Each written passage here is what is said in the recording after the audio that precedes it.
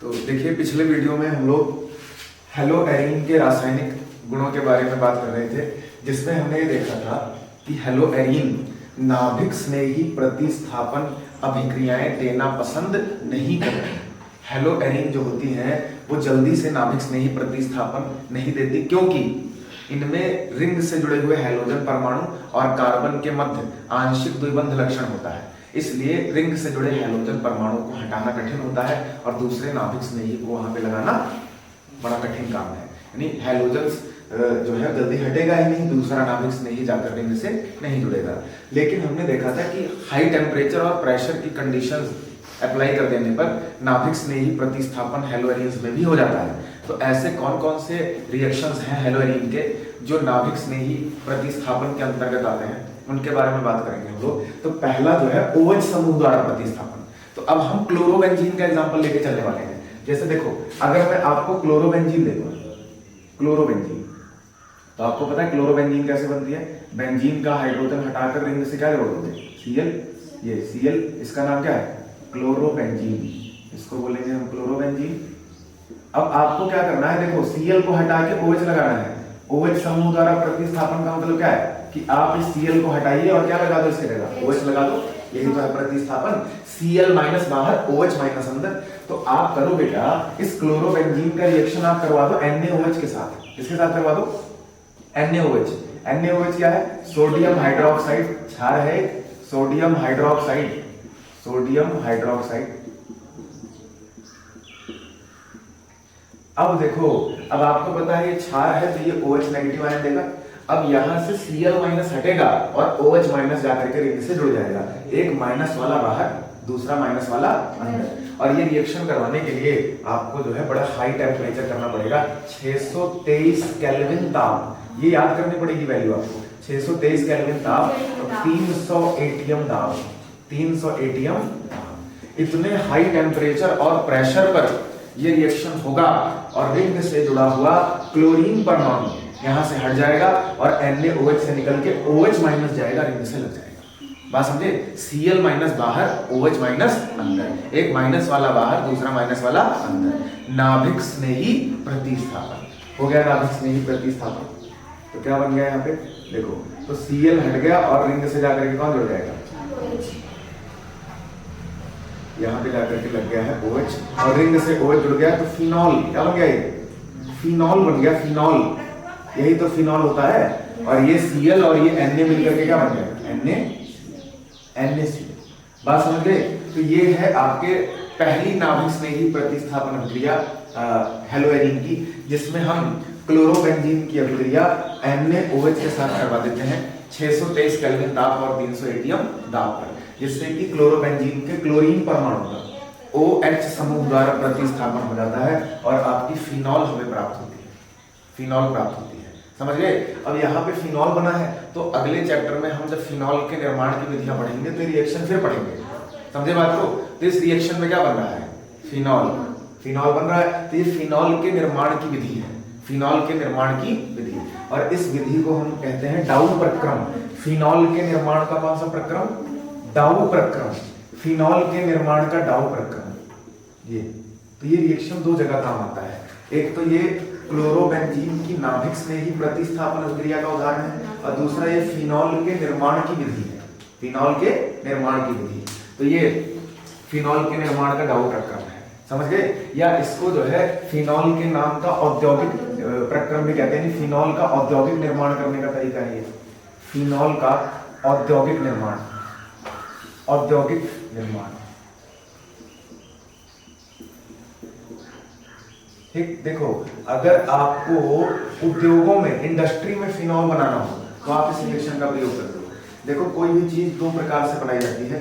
एक प्रयोगशाला में बनाई जाती है, लैब में। जब हमें थोड़ी मात्रा में कोई चीज बनानी हो तो हम प्रयोगशाला विधि के द्वारा बना लेते हैं, और जब हमें बहुत ज्यादा कोई केमिकल बनाना होता है तो हम बनाते हैं औद्योगिक विधि द्वारा, इंडस्ट्रियल मेथड के द्वारा।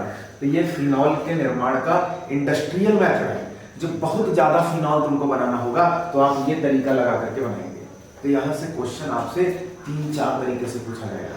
पहला टाइप का क्वेश्चन क्या पूछा जा सकता है कि हेलो एरीन की किसी नाभिक स्नेही प्रतिस्थापन अभिक्रिया का उदाहरण दीजिए। तो आप ये उदाहरण दे दो, एक क्वेश्चन तो ये बन गया। दूसरा क्वेश्चन आपसे पूछेंगे फिनॉल के निर्माण का डाउन प्रक्रम क्या है, तब भी आप यही लिख के आओगे। तीसरा आपसे पूछेंगे कि फिनॉल के निर्माण की औद्योगिक विधि का रासायनिक समीकरण दीजिए, तब भी आप यही लिख के आओगे। और चौथा आपसे पूछेंगे कैसे प्राप्त करोगे क्लोरोबेंजीन से फिनॉल, क्लोरोबेंजीन से फिनॉल। या पांचवें तरीके से भी पूछ सकते हैं, क्या क्या होता है जब क्लोरोबेंजीन की अभिक्रिया 623 केल्विन दाब और 300 एटीएम दाब पर NaOH से कराई जाती है, फिनॉल बनता है। क्या बनता है? एक ही क्वेश्चन पूछा जाने का कितना तरीका? 5 तरीका। तो बहुत इंपॉर्टेंट क्वेश्चन है। तो ऑर्गेनिक में यही काफी ज्यादा इंपॉर्टेंट हो जाता है कि क्वेश्चन तुमसे एग्जामिनर कैसे करने वाला है। अब एक ही रिएक्शन से 5 तरह का क्वेश्चन बन गया, तो कई बार आंसर से ज्यादा क्वेश्चन पे दिमाग लगाना ज्यादा जरूरी हो जाता है कि कितने टाइप का क्वेश्चन यहाँ से बनेगा। तो ये तो पढ़ना ही पढ़ना है, साथ में आपको ये भी माइंड मेकअप करके चलना है कि इस टॉपिक से क्वेश्चन कितने तरह का पूछा जा सकता है, तभी आप अच्छा स्कोर कर सकते हो ऑर्गेनिक में। समझ गए? अब तो केवल यह पढ़ के दो क्लोरोबेंजीन की नाभिक स्नेही प्रतिस्थापन अभिक्रिया, और तुमको एग्जामिनर ने कह दिया फिनॉल के औद्योगिक निर्माण का रासायनिक समीकरण दीजिए, और यही लिख के आना था। तुमने कहा ये क्या आ गया, तुम छोड़ के चले आए उसको। ठीक है, तो इसलिए सारे टाइप के क्वेश्चंस भी आपको पता होने चाहिए कि किसी टॉपिक से कितने टाइप का क्वेश्चन पूछा जा सकता है। समझ गए? तो ये है आपके फिनॉल का निर्माण और साथ में क्लोरोबेंजीन की नाभिक स्नेही प्रतिस्थापन अभिक्रिया का उदाहरण, जिसमें क्लोरोबेंजीन का क्लोरीन परमाणु हट गया, उसके स्थान पे कौन लग गया जाके? OH लग गया। समझ गए? और ये हाई टेम्परेचर और हाई प्रेशर पे हुआ है। अब इस रिएक्शन को बिना मैकेनिज्म के तो लिखना बड़ा आसान है। अरे Cl को हटाया और OH को अंदर भेजा, काम खत्म। एक माइनस वाला बाहर, दूसरा माइनस वाला। लेकिन अगर इसके मैकेनिज्म के बारे में बात करें, ये हुआ कैसे? पेपर में क्या पता मैकेनिज्म दे दे तुमको इसका, तब क्या करोगे? मैकेनिज्म दे दिया जाए कि इसके मैकेनिज्म में क्या होने वाला है। तो देखो, आप इसके मैकेनिज्म को ध्यान से देखेंगे। आपने रिएक्शन करवाने के लिए क्या लिया है? क्लोरोबेंजीन। देखिए रिएक्शन होता कैसे, क्लोरोबेंजीन डबल सिंगल रिंग के ऊपर Cl, क्लोरोबेंजीन, यही तो है। अब तुमको पता है रिंग में हर कॉर्नर पे क्या होता है? कार्बन, और उसके साथ एक एक हाइड्रोजन। तो ये 6 कार्बन है, लेकिन हाइड्रोजन बचे 5, क्योंकि एक हाइड्रोजन हटा के तुमने क्लोरीन लगा दिया है पहले ही, तभी तो क्लोरोबेंजीन बनी है। अब बताओ, इस कॉर्नर पे एक हाइड्रोजन मौजूद है, मौजूद है कि नहीं मौजूद है? और ये हाइड्रोजन थोड़ा एसिडिक हाइड्रोजन है। क्यों? क्योंकि ऊपर क्लोरीन जो लगा हुआ है, इसकी इलेक्ट्रोनेगेटिविटी कार्बन से ज्यादा है, तो क्लोरीन -I प्रभाव के कारण इलेक्ट्रॉन खींच रहा है, जिससे कि इस कार्बन पे थोड़ा सा प्लस भी आ रहा है, और इस पे प्लस आ रहा है। तो ये वाली हाइड्रोजन, इसके इलेक्ट्रॉन थोड़ा सा ऊपर की ओर जा रहे हैं, एसिडिक हाइड्रोजन है, अम्लीय हाइड्रोजन, यानी इस हाइड्रोजन पे थोड़ा सा पॉजिटिव चार्ज है। और तुमको पता है जिस हाइड्रोजन पे पॉजिटिव चार्ज हो वो क्षार से रिएक्शन कर लेती है, अम्लीय हाइड्रोजन होती है वो। और हमने रिएक्शन करवाने के लिए क्या लिया? NaOH। तो अब सबसे पहले क्या होगा? NaOH आएगा। NaOH हमें क्या देगा बताओ तो? OH minus. NaOH से क्या निकल के आएगा? OH minus. और ये OH माइनस क्या करेगा? यहां से इस हाइड्रोजन को खींच लेगा, और ये हाइड्रोजन अपने दोनों इलेक्ट्रॉन यहां दे देगा, यहां दे देगा, और ये OH माइनस और ये H प्लस मिलके क्या बन जाएगा? पानी। जल बाहर हो जाएगा, पानी बन के बाहर हो गया। अब ये हाइड्रोजन वाले दोनों इलेक्ट्रॉन यहाँ आ जाएंगे, और एक और बॉन्ड बनता हुआ नजर आएगा तुमको। तो कुछ ऐसा सिचुएशन हो जाएगी, देखो ये बन जाएगा आपका कुछ, यहाँ डबल, यहाँ डबल, यहाँ डबल, और एक और बॉन्ड, ये ऐसे एक और बॉन्ड आ गया, एक और बॉन्ड आ गया, और यहाँ Cl है। अब जैसे ही नया बॉन्ड बनेगा तो Cl भाग जाएगा इलेक्ट्रॉन लेके। एक बना तो एक टूट गया। मैं चाहता तो उसको यहाँ लिखा रखता था, जैसे ये इलेक्ट्रॉन यहाँ उतरे तुरंत ये क्लोरीन इलेक्ट्रॉन लेके बाहर जाएगा। समझ गए बात को? जैसे नहीं तो यहाँ पे एक नया बॉन्ड बना दो, देखो 5 बॉन्ड हो गया इस कार्बन का, 1 2 3 4, और एक क्लोरीन ऊपर 5 बॉन्ड तो कार्बन बनाएगा नहीं। तो जैसे ही ये हाइड्रोजन अपने दोनों इलेक्ट्रॉन यहाँ दी, यहाँ एक नया बॉन्ड बना और तुरंत क्लोरीन इलेक्ट्रॉन खींच के चला गया। एक काम हमारा सफल हो गया, क्लोरीन को हम हटा ले गए। अब हमें लाके OH जोड़ देना है, काम खत्म हो जाएगा, बन जाएगी फिनॉल। यही तो होगा। तो ये क्लोरीन इलेक्ट्रॉन खींच के अब चला गया, और किसके साथ चला गया? Na प्लस के साथ। अरे NaOH ने OH माइनस दिया है, बचा क्या है? Na plus. यहाँ का Na प्लस और ये Cl माइनस मिलके बाहर हो जाएगा NaCl, तो माइनस NaCl बाहर हो गया। अब बताओ, ये क्लोरीन इलेक्ट्रॉन खींच के चला गया, और यहाँ पे एक नया बॉन्ड बन ही गया है। कुछ इस तरह की स्पीशी बनती हुई नजर आएगी, देखो। और ये काफी कम जगह बनता है ऑर्गेनिक में, ये जो है बड़े काम की चीज है। बताएगा नाम को इसका? यहाँ डबल, यहाँ डबल, यहाँ डबल और एक और बॉन्ड वहां। ये ले लो, इस तरह का बनता हुआ नजर आ रहा है। ये कोई इसका नाम बता सकते हो? ये बन गया। देखो इसको बोला जाता है, अगर यही बॉन्ड में मिटा दो तो ये बेंजीन है, और एक एक्स्ट्रा बॉन्ड और बाहर बना है तो ये है बेंजीन का बड़ा भाई बेंजाइन। कौन है? बेंजाइन। बेंजाइन का निर्माण हो गया, बेंजाइन। ठीक है, अब आगे बचा हुआ रिएक्शन इस बेंजाइन पे होने वाला है।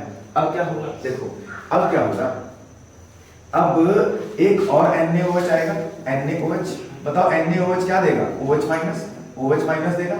अब होगा क्या, अब ध्यान से देखो, यहां पे एक कार्बन है, यहां पे एक कार्बन है। अब होगा ये कि ये दोनों ये जो पाई बॉन्ड है, ये बॉन्ड इस बॉन्ड के दोनों इलेक्ट्रॉन आ जाएंगे दोबारा नीचे, यहाँ पे आ जाएंगे, और ये बॉन्ड के दोनों इलेक्ट्रॉन जब है इकट्ठा हो जाएंगे तो यहाँ पे 2 इलेक्ट्रॉन आ जाएंगे, और इस वाले कार्बन पे प्लस आ जाएगा, यहाँ वाले कार्बन पे क्या आ जाएगा? प्लस, और इसी प्लस वाले कार्बन से जाके जुड़ेगा OH माइनस, तो OH माइनस जाकर के यहाँ ऊपर जुड़ जाएगा, और कुछ इस तरह से बनता हुआ जाएगा।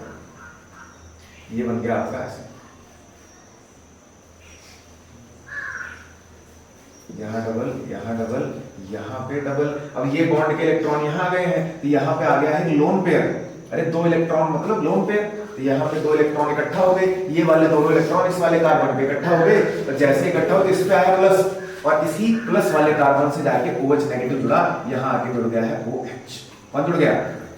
बताओ ये दिक्कत, OH आकर के जुड़ गया। अब बताओ यहाँ पे लोन पेयर यानी 2 इलेक्ट्रॉन मौजूद हैं, और ये रही बेचारी हाइड्रोजन, और ऑक्सीजन से जुड़ी हुई हाइड्रोजन है, तो ये हाइड्रोजन के दोनों इलेक्ट्रॉन कौन ले लेगा? ऑक्सीजन। तो ऑक्सीजन पे आ जाएगा माइनस, और हाइड्रोजन पे क्या आ जाएगा? प्लस। और ये हाइड्रोजन ऑक्सीजन का साथ छोड़ करके यहाँ नीचे आ जाएगी, और लोन पेयर लेकर के यहाँ जुड़ जाएगी। तो यहाँ से जो हाइड्रोजन भगाई थी तुमने, वो वापस आ गई कि नहीं आ गई? आ गई ना। तो ये हाइड्रोजन अपने दोनों इलेक्ट्रॉन ऑक्सीजन को देगी, ऑक्सीजन पे आएगा नेगेटिव चार्ज, और फिर H प्लस के रूप में ये हाइड्रोजन आएगी, यहाँ से एक जोड़ी इलेक्ट्रॉन लेके जुड़ जाएगी, और यहाँ हाइड्रोजन दोबारा आ जाएगी, और ये बन जाएगा ऐसा।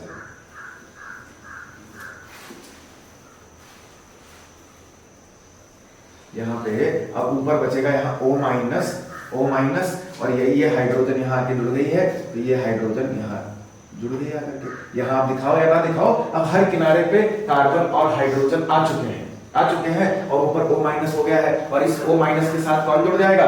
ये Na प्लस जाके जुड़ जाएगा, जो यहाँ बचा है अभी, ये O माइनस Na प्लस हो गया। अब अगर कभी भी तुमको O पे माइनस दिखे तो उसका तुम करवा दो एसिडिफिकेशन, अम्लीकरण करवा दो। O पर माइनस अगर दिखता है तो उसका रिएक्शन H प्लस से करवा देते हैं। किससे करवा देते हैं?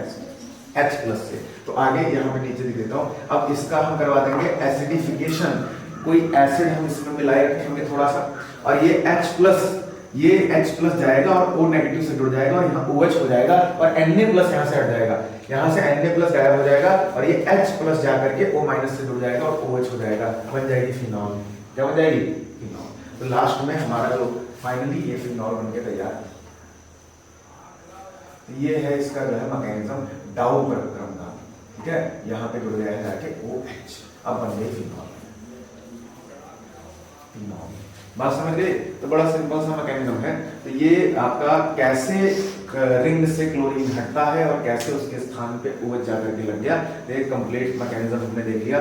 फिनॉल के निर्माण का डाउ प्रक्रम, या क्लोरोबेंजीन की नाभिक स्नेही प्रतिस्थापन अभिक्रिया का पहला उदाहरण। ठीक है, चलो नोट करो।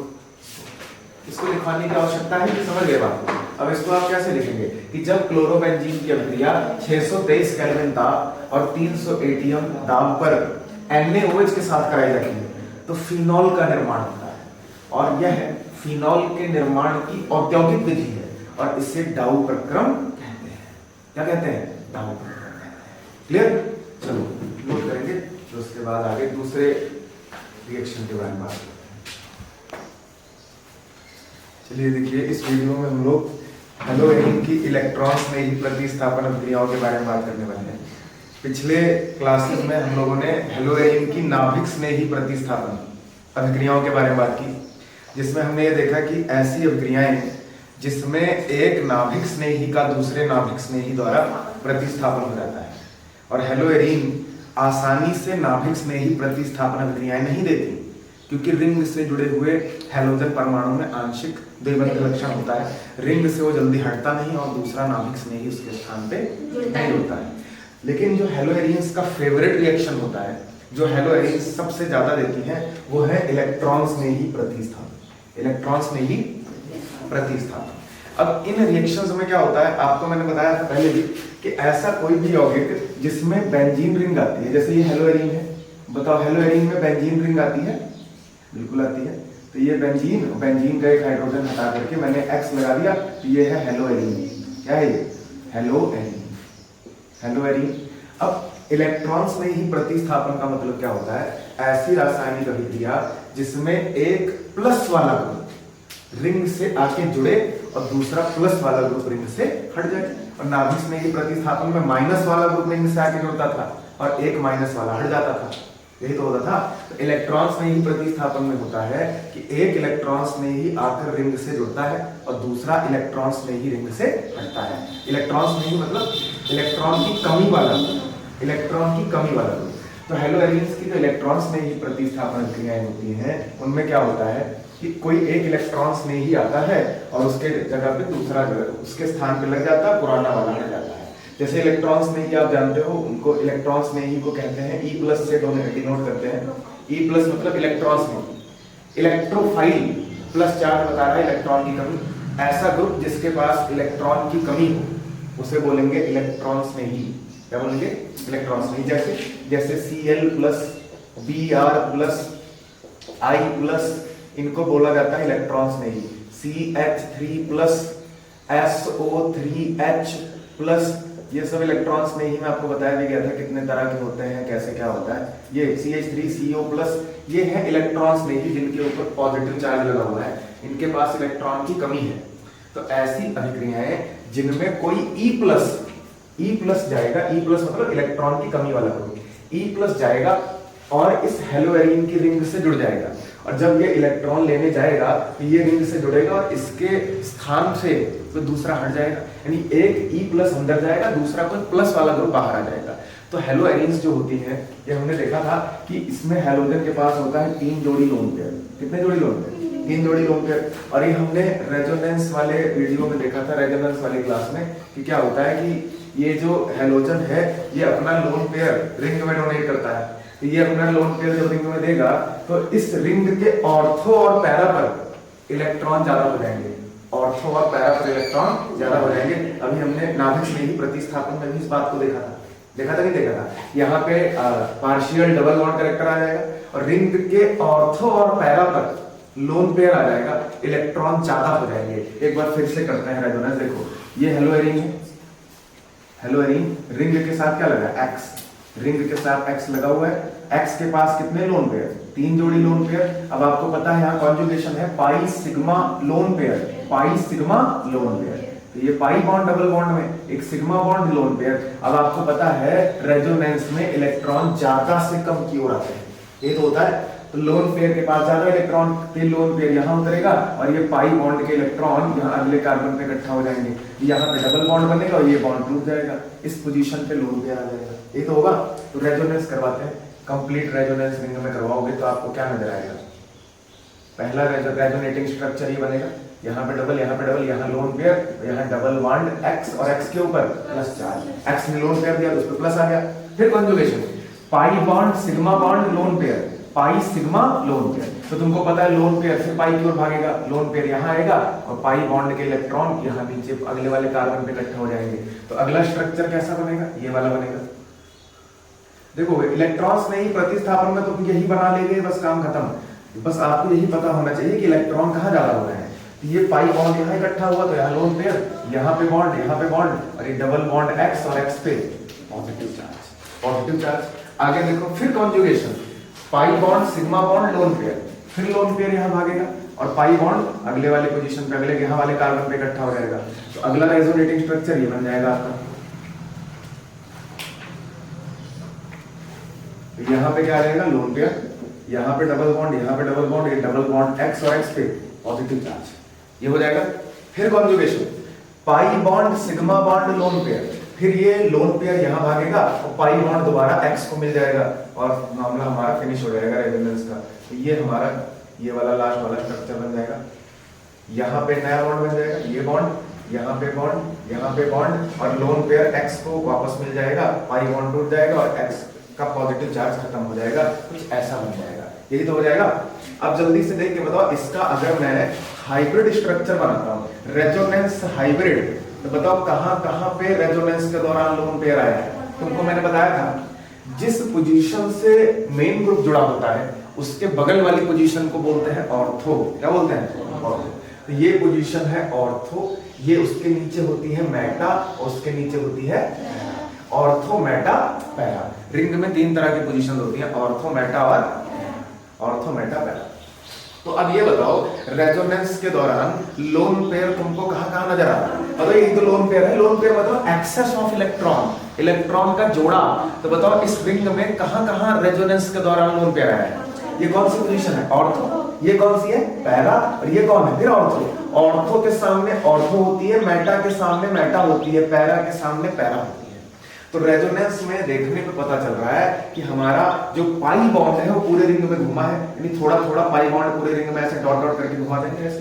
पाई बॉन्ड पूरे में हर जगह मौजूद है। और यहाँ पे देखो, यहाँ पे रिंग के बाहर जो एक्स गया था, कहीं कहीं पे यहाँ डबल बॉन्ड बना, तो पार्शियल डबल बॉन्ड करेक्ट। ये यहाँ पे एक्स, एक्स पे कभी प्लस है कभी नहीं है, यानी डेल्टा प्लस है, थोड़ा प्लस है थोड़ा नहीं है, इस तरह से। अब बताओ लोन पेयर कहां कहां आया? ऑर्थो पैरा पे। एक बार यहां दिखाई दे रहा है, एक बार यहां दिखाई दे रहा है, एक बार यहां दिखाई दे रहा है। तो लोन पेयर का मतलब इलेक्ट्रॉन की अधिकता, और इलेक्ट्रॉन की अधिकता को माइनस से दिखाओगे, यहाँ delta minus, delta minus, delta minus, यही तो है। तो क्या रेजोनेंस के दौरान मेटा पर लोन पेयर आया है? नहीं आया। यानी अब ये बताओ इस रिंग में कौन कौन सी पोजीशन पर इलेक्ट्रॉन ज्यादा है? ऑर्थो और पैरा, ऑर्थो और पैरा, क्योंकि रेजोनेंस के दौरान लोन पेयर ऑर्थो पैरा पे आया है। मेटा पर भी इलेक्ट्रॉन है, क्योंकि इस रिंग, ये पूरी की पूरी रिंग तो न्यूक्लियोफाइल है, नाभिक स्नेही है। हमने देखा था, पढ़ा था नाभिक स्नेही में, जिसके पास पाई बॉन्ड होता है वो नाभिक स्नेही का कार्य करता है। तो बताओ इस रिंग में पाई बॉन्ड मौजूद है तो ये नाभिक स्नेही का काम करेगी। लेकिन रेजोनेंस के कारण इस रिंग में ज्यादा इलेक्ट्रॉन कहां मिल रहे हैं? ऑर्थो पैरा पे। ऑर्थो पैरा पे, मेटा पे भी इलेक्ट्रॉन है लेकिन ऑर्थो पैरा की तुलना में कम है, क्योंकि ऑर्थो पैरा पर लोन पेयर आ रहा है रेजोनेंस के दौरान। तो ऐसा ग्रुप, ऐसा कोई भी यौगिक जिसमें ऑर्थो और पैरा पर इलेक्ट्रॉन ज्यादा हो उसको बोलते हैं ऑर्थो पैरा डायरेक्टिंग। क्या बोलते हैं? Ortho para directing.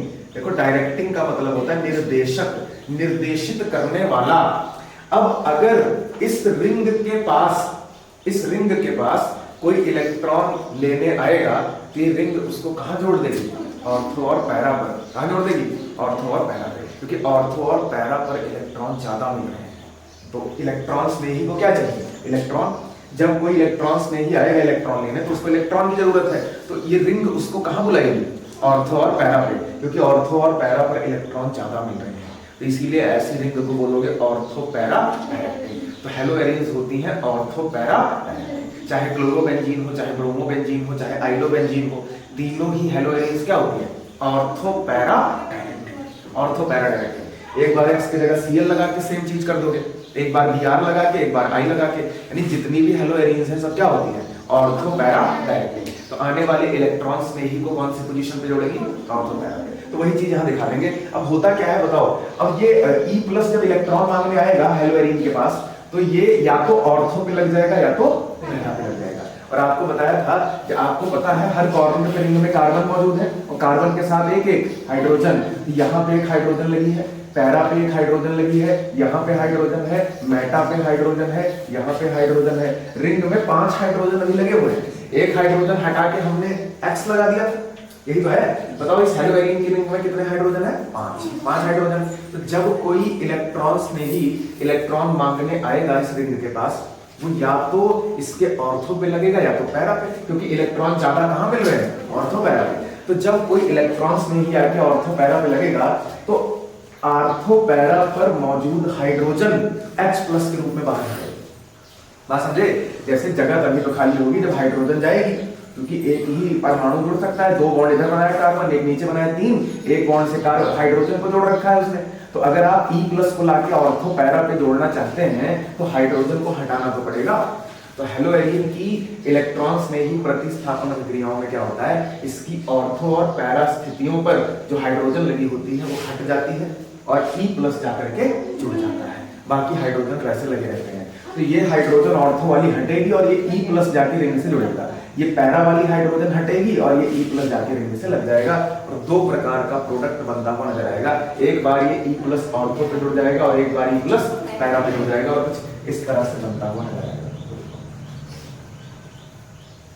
एक बार यहाँ ऑर्थो पे E को जोड़ देंगे और बाकी सारा कुछ वैसे ही बना देंगे और यहाँ पे Cl वैसे का वैसे। अब ऑर्थो पे E लग गया करके तो बताओ हटा कौन, X हटा, सॉरी H हटा, H हट गया, हाइड्रोजन हट गई और E प्लस जाके रिंग से जुड़ गया, हाइड्रोजन हट गई और E प्लस जाके रिंग से जुड़ गया। एक प्लस वाला बाहर हो गया, दूसरा प्लस वाला अंदर आ गया। इसी को बोला हमने इलेक्ट्रॉन स्नेही प्रतिस्थापन।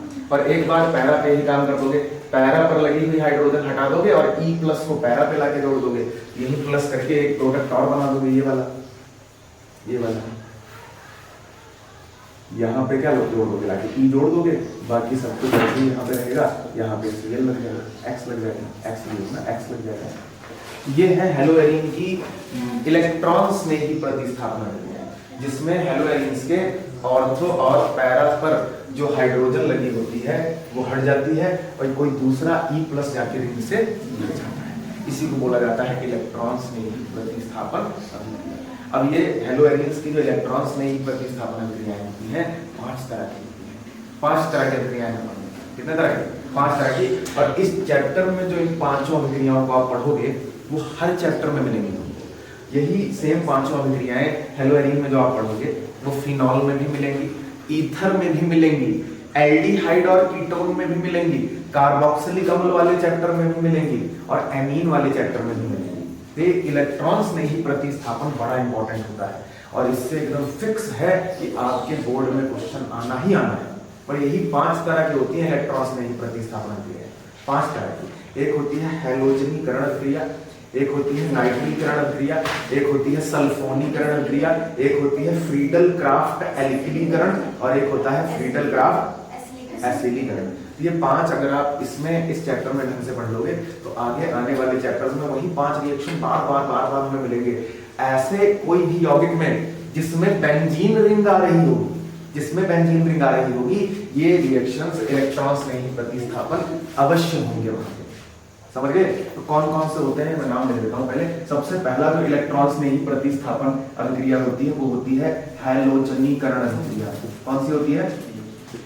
हैलोजनीकरण अभिक्रिया। हैलोजनीकरण अभिक्रिया। दूसरे टाइप की जो होती है, दूसरा जो होता है वो होती है नाइट्रीकरण अभिक्रिया। ये बहुत इंपॉर्टेंट है, नाइट्रीकरण अभिक्रिया। तीसरे टाइप का जो इलेक्ट्रॉन स्नेही प्रतिस्थापन होता है वो होता है सल्फोनीकरण अभिक्रिया। सल्फोनीकरण अभिक्रिया। चौथा होता है फ्रीडल क्राफ्ट एल्किलीकरण अभिक्रिया। Friedel Crafts एल्किलीकरण।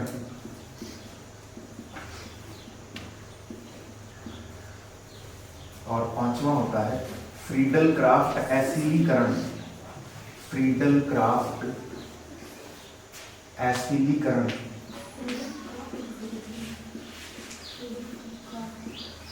ठीक, और सब सेम एक ही तरीके से होते हैं। हर चैप्टर में ये रिएक्शंस आएंगे और सिमिलर तरीके से हम करवाएंगे, बस थोड़ा थोड़ा चेंज आया करेगा।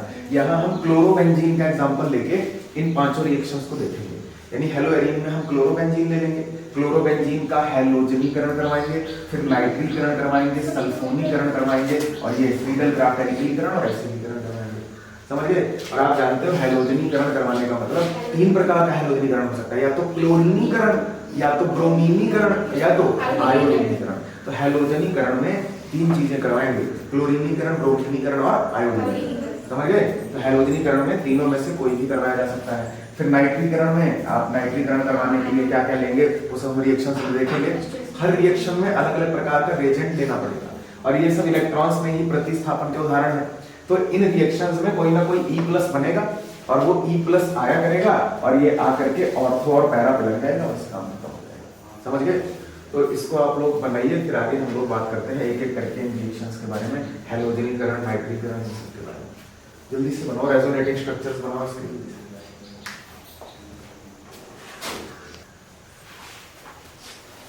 तो आइए बात करते हैं हेलोएरीन की इलेक्ट्रॉन स्नेही प्रतिस्थापन अभिक्रियाओं के उदाहरणों में।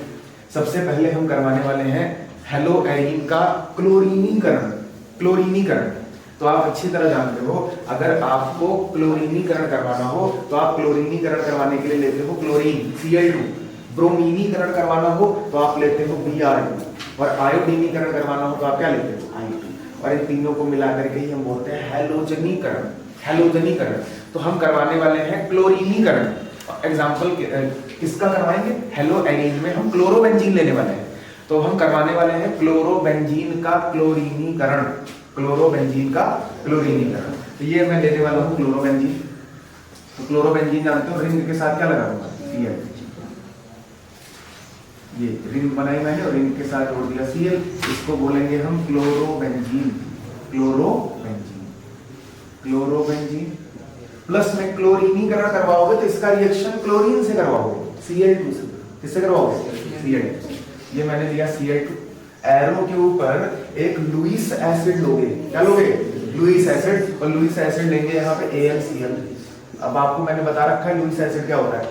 ऐसा ग्रुप जिसका जो है, जिसमें आपका जो सेंट्रल एटम होता है उसका ऑक्टेट नहीं पूरा होता, अष्टक ना पूरा हो, जिसको इलेक्ट्रॉन की जरूरत है, जोड़े में इलेक्ट्रॉन लेता है, जिसको एक जोड़ी इलेक्ट्रॉन की कमी हो उसको बोलते हैं लुईस एसिड, लुईस अम्ल।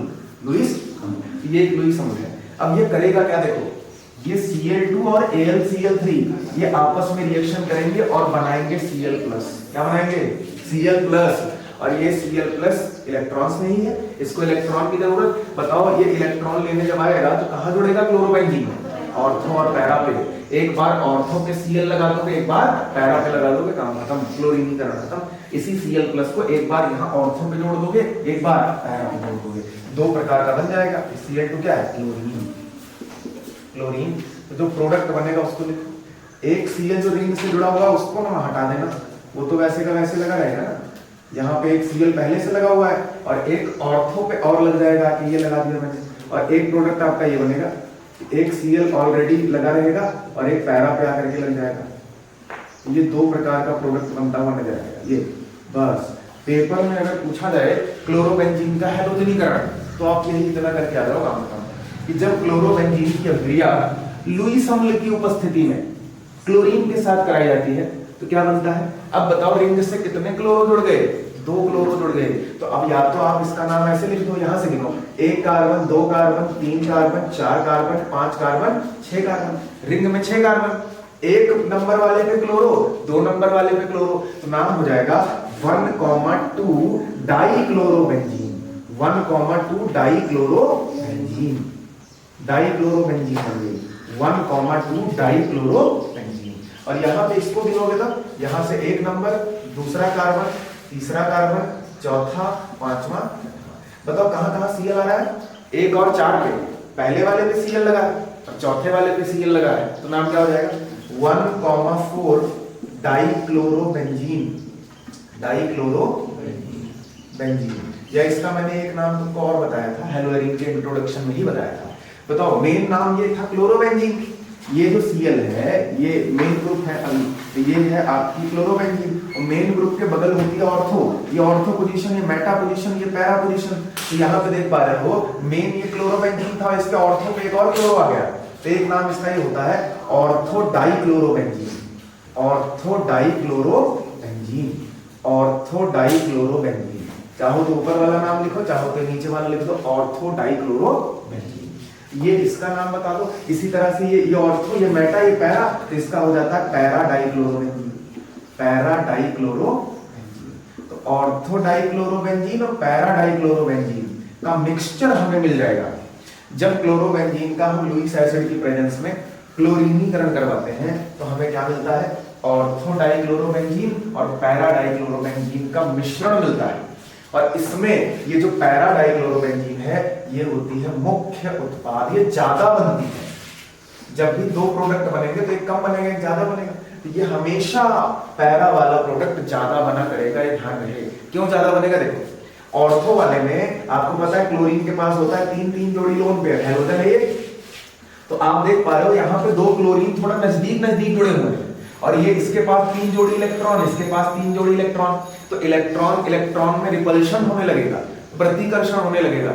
जैसे आपको पता है समान प्रकार का आवेश एक दूसरे को प्रतिकर्षित करता है, तो यहाँ पे क्या होगा कि इस क्लोरीन के पास भी 3 जोड़ी इलेक्ट्रॉन और इस वाले क्लोरीन के पास भी 3 जोड़ी इलेक्ट्रॉन, और दोनों क्लोरीन पास पास लगे हुए हैं, तो इलेक्ट्रॉन इलेक्ट्रॉन में रिपल्शन हो जाने के कारण ये वाला यौगिक अस्थायी हो जाएगा और कम बनेगा। जो अनस्टेबल होता है वो कम बनता है, तो इसीलिए कम बनेगा और ये ज्यादा बनेगा, क्योंकि यहाँ पे दोनों क्लोरीन अपोजिट डायरेक्शन में लगे हुए हैं, विपरीत डायरेक्शन में लगे हुए हैं, जिससे कि यहाँ पे रिपल्शन ना के बराबर है, प्रतिकर्षण नहीं हो रहा, इसीलिए ये ज्यादा बनेगा और ये कम बनेगा। या ऐसे याद कर लेना सिंपली, हमेशा पैरा वाला प्रोडक्ट ज्यादा बनता है क्योंकि रिपल्शन कम होता है, दोनों ग्रुप्स अपोजिट डायरेक्शन में जुड़े हुए होते हैं। समझिए, तो ये है क्लोरोबेंजीन का क्लोरीनीकरण। बाकी अगर मैं इसके मैकेनिज्म के बारे में बात करूं तो ठीक वैसे ही होगा जैसे हमने हेलोएरीन के निर्माण की विधि में बेंजीन का क्लोरीनीकरण और टोलुइन का क्लोरीनीकरण करवाया था, सेम वैसे ही होगा। चलो इसका मैं बता देता हूँ, बाकी 4 जो बचेंगे उसका वैसे ही सेम आप खुद से करवा लेंगे। केवल मैं यहाँ बता दिया करूंगा कि बनने का वाला है, इलेक्ट्रॉन्स में ही कैसे बनेगा। तो इसके मैकेनिज्म को देख लेते हैं एक बार, ठीक है। तो कैसे होता है आपको पता है, इलेक्ट्रॉन्स में प्रतिस्थापन अभिक्रिया के कितने चरण होते हैं? 3 चरण। सबसे पहले चरण में स्टेप फर्स्ट में क्या बनता है? इलेक्ट्रॉन स्नेही का निर्माण होता है। किसका निर्माण होता है? इलेक्ट्रॉन स्नेही का निर्माण, इलेक्ट्रॉन स्नेही का निर्माण, इलेक्ट्रॉन स्नेही का कैसे होगा? देखो इलेक्ट्रॉन स्नेही मतलब पॉजिटिव चार्ज वाला ग्रुप जिसको आप रिंग से जोड़ना चाहते हैं। बताओ क्लोरीनीकरण में रिंग से कौन जुड़ेगा जाके? Cl+। तो इस Cl+ को हमें बनाना है पहले स्टेप। ये कैसे बनेगा? तो ये Cl+ बनने वाला है इन दोनों के रिएक्शन से, Cl2 और AlCl3 के रिएक्शन से। कैसे बनेगा? सबसे पहले ये जो आपने Cl2 लिया है इसको मैं ऐसे लिख लूं, Cl सिंगल बॉन्ड Cl, दो क्लोरीन आपस में सिंगल बॉन्ड से जुड़े हुए हैं। एक बॉन्ड में कितने इलेक्ट्रॉन होते हैं? 2 इलेक्ट्रॉन। तो इस बॉन्ड में है 2 इलेक्ट्रॉन। अब हमने रिएक्शन के लिए लिया है AlCl3, लुईस एसिड AlCl3। इसको मैं कई बार बता चुका हूं। AlCl3 का मामला क्या है कि एल्यूमिनियम ने कितने क्लोरीन जोड़ रखे हैं? 3। यहाँ बीच में एल्यूमिनियम, एक क्लोरीन ये जुड़ा, एक क्लोरीन ये जुड़ा, एक क्लोरीन ये जुड़ा। एल्यूमिनियम ने कितने बॉन्ड बनाए? 3 बॉन्ड। एक बॉन्ड में कितने इलेक्ट्रॉन? 2 इलेक्ट्रॉन। तो टोटल एल्यूमिनियम के पास कितने इलेक्ट्रॉन? 6 इलेक्ट्रॉन। बताओ क्या इसका अष्टक पूरा है? कितने इलेक्ट्रॉन की कमी? 2 इलेक्ट्रॉन की कमी। तो बताओ इसको एक जोड़ी इलेक्ट्रॉन चाहिए, तो अब ये एक जोड़ी इलेक्ट्रॉन लेगा और अपना अष्टक पूरा करेगा। तो ऐसा कोई भी यौगिक जिसको एक जोड़ी इलेक्ट्रॉन की जरूरत हो, लुईस अम्ल कहलाता है। ये लुईस अम्ल है, लुईस अम्ल। तो यही क्या करेगा, इसको एक जोड़ी इलेक्ट्रॉन चाहिए एल्यूमिनियम को, तो यहां से ये इस बॉन्ड को तोड़ देगा और ये क्लोरीन, कोई एक क्लोरीन, दोनों में से कोई एक क्लोरीन बॉन्ड के दोनों इलेक्ट्रॉन ले लेगा। मान लो इधर वाले क्लोरीन ने दोनों इलेक्ट्रॉन ले लिए, इस पे आ जाएगा नेगेटिव चार्ज, इस पे आ जाएगा पॉजिटिव चार्ज, और ये क्लोरीन इलेक्ट्रॉन खींचकर, दोनों इलेक्ट्रॉन खींचकर बाहर चला जाएगा Cl- के रूप में, Cl- के रूप में बाहर चला जाएगा। और ये क्या होगा कि ये दोनों इलेक्ट्रॉन में क्लोरीन लेके चला जाएगा, तो ये AlCl3 से जुड़ जाएगा और बन जाएगा AlCl4-, AlCl4-। अरे ये क्लोरीन इलेक्ट्रॉन खींच के जाएगा, एक क्लोरीन और एल्यूमिनियम को मिल जाएगा। अभी कितने क्लोरीन जुड़े? 3। एक और जाके जुड़ गया तो ये हो जाएगा AlCl4, और इस पे आ जाएगा नेगेटिव चार्ज। बताओ ये तो है। कुल मिलाकर के आप सिंपली कह सकते हो ये AlCl3 यहां से Cl- को खींच लेगा। इसको खींच लेगा Cl- को, और ये दोनों इलेक्ट्रॉन लेकर के क्लोरीन चला गया इसके पास, और इस वाले क्लोरीन के बेचारे पे आ गया प्लस चार्ज। तो ये बन गया है Cl+, और यही हमें बनाना था। जिसके ऊपर प्लस लगा हो वही तो इलेक्ट्रॉन्स नहीं होता है। तो ये बन गया Cl+। नाम बताओ इसका? क्लोरीनियम आयन। क्लोरीनियम आयन क्या नाम है? क्लोरीनियम आयन। अब बताओ इसको अब इलेक्ट्रॉन की जरूरत, अब ये इलेक्ट्रॉन मांगने कहां जाएगा? क्लोरोबेंजीन के पास। तो क्लोरोबेंजीन में इलेक्ट्रॉन कहां है? ऑर्थो पैरा पे। तो ये या तो इसके ऑर्थो पे अटैक करेगा और या तो पैरा पे अटैक करेगा, ये तो होगा। अब होगा स्टेप नंबर 2, Cl+ का बेंजीन पर आक्रमण, Cl+ का बेंजीन पर आक्रमण। करवा देते हैं थोड़ा सा। स्टेप नंबर 2, स्टेप सेकंड क्या हो जाएगा, Cl प्लस का क्लोरोबेंजीन पर आक्रमण, क्लोरोबेंजीन पर आक्रमण, Cl प्लस का क्लोरोबेंजीन पर आक्रमण। ठीक है, कैसे करवाओगे, तो ये मैं ले लेता हूं क्लोरोबेंजीन,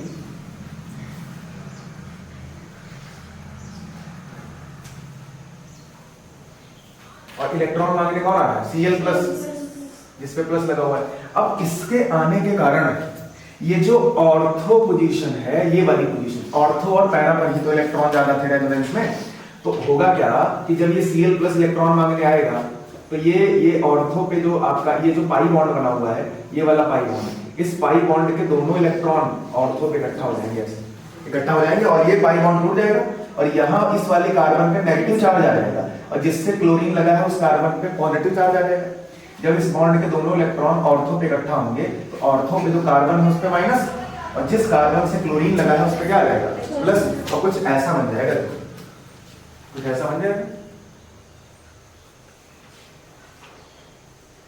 ये Cl तो वैसे का वैसा रिंग से लगे रहेगा, यहाँ पे Cl, और ये पाई बॉन्ड टूट जाने की वजह से इस वाले कार्बन पे यहाँ पे प्लस आ जाएगा, और ये पाई बॉन्ड के इलेक्ट्रॉन जब ऑर्थो पे इकट्ठा हुए तो ऑर्थो पे आ गया माइनस, यहाँ पे आ गया माइनस, और इसी माइनस वाले कार्बन से Cl प्लस आके लटक गया, यहाँ पे जुड़ गया आगे ये Cl, कुछ ऐसा बन जाएगा। बन गया, ऐसा नहीं बन गया। अब बताइए, मैंने आपको बताया था ये जो स्पीशी बनी है इसका नाम होता है सिग्मा कॉम्प्लेक्स, इसमें रेजोनेंस हो रहा है, देखो पाई सिग्मा प्लस चार्ज, ये पाई बॉन्ड भागेगा यहाँ, प्लस चार्ज यहाँ आएगा, पाई बॉन्ड यहाँ भागेगा, प्लस चार्ज यहाँ आएगा, है ना। रेजोनेंस होने के कारण ये थोड़ा सा स्टेबल है, लेकिन ये उतना ज्यादा स्टेबल नहीं है जितना ज्यादा स्टेबल क्लोरोबेंजीन थी। क्या ये एरोमेटिक है? नहीं है ना। क्यों नहीं एरोमेटिक? क्योंकि अल्टरनेट डबल बॉन्ड नहीं रह गया। ये रिंग एरोमेटिक थी, देखो sigma pi sigma pi sigma pi इस तरह से बॉन्ड थे, और हक्कल रूल को फॉलो कर रहा था। हक्कल रूल बताता है हमें कोई यौगिक एरोमेटिक है कि नहीं है, तो यहाँ पे ये हक्कल रूल फॉलो कर रहा है तो एरोमेटिक यौगिक है, जबकि ये एरोमेटिक नहीं है क्योंकि इसमें जो है हक्कल रूल फॉलो नहीं हो रहा है, कंप्लीट कॉन्जुगेशन नहीं है। तो अब होगा क्या, ये अपने आप को ज्यादा स्थायी बनाने के लिए दोबारा एरोमेटिक होना चाहिए। कैसे होना चाहिए? अब बताओ, आपको पता है इस रिंग में हर किनारे पे हाइड्रोजन लगी है, हर कॉर्नर पे कार्बन, उसके साथ क्या है, हाइड्रोजन। तो बताओ अब होगा क्या, जिस कार्बन पे तुमने क्लोरीन लाके जोड़ा है, बताओ कौन से कार्बन पे क्लोरीन लाके जोड़े हो? ऑर्थो वाले पे। अरे इसी पे तो क्लोरीन लाके जोड़े हो, ये वाला कार्बन। तो बताओ इसके पास एक हाइड्रोजन रही होगी, यहाँ पे एक हाइड्रोजन मौजूद होगी, एक हाइड्रोजन भी तो होगी है। अब ये हाइड्रोजन क्या करेगी, अपने दोनों इलेक्ट्रॉन यहाँ पे दे देगी, ये अपने दोनों इलेक्ट्रॉन यहाँ देके दोबारा डबल बॉन्ड बना देगी, काम खत्म हो जाएगा। तो ये अपने इलेक्ट्रॉन देके चली जाएगी H प्लस के रूप में।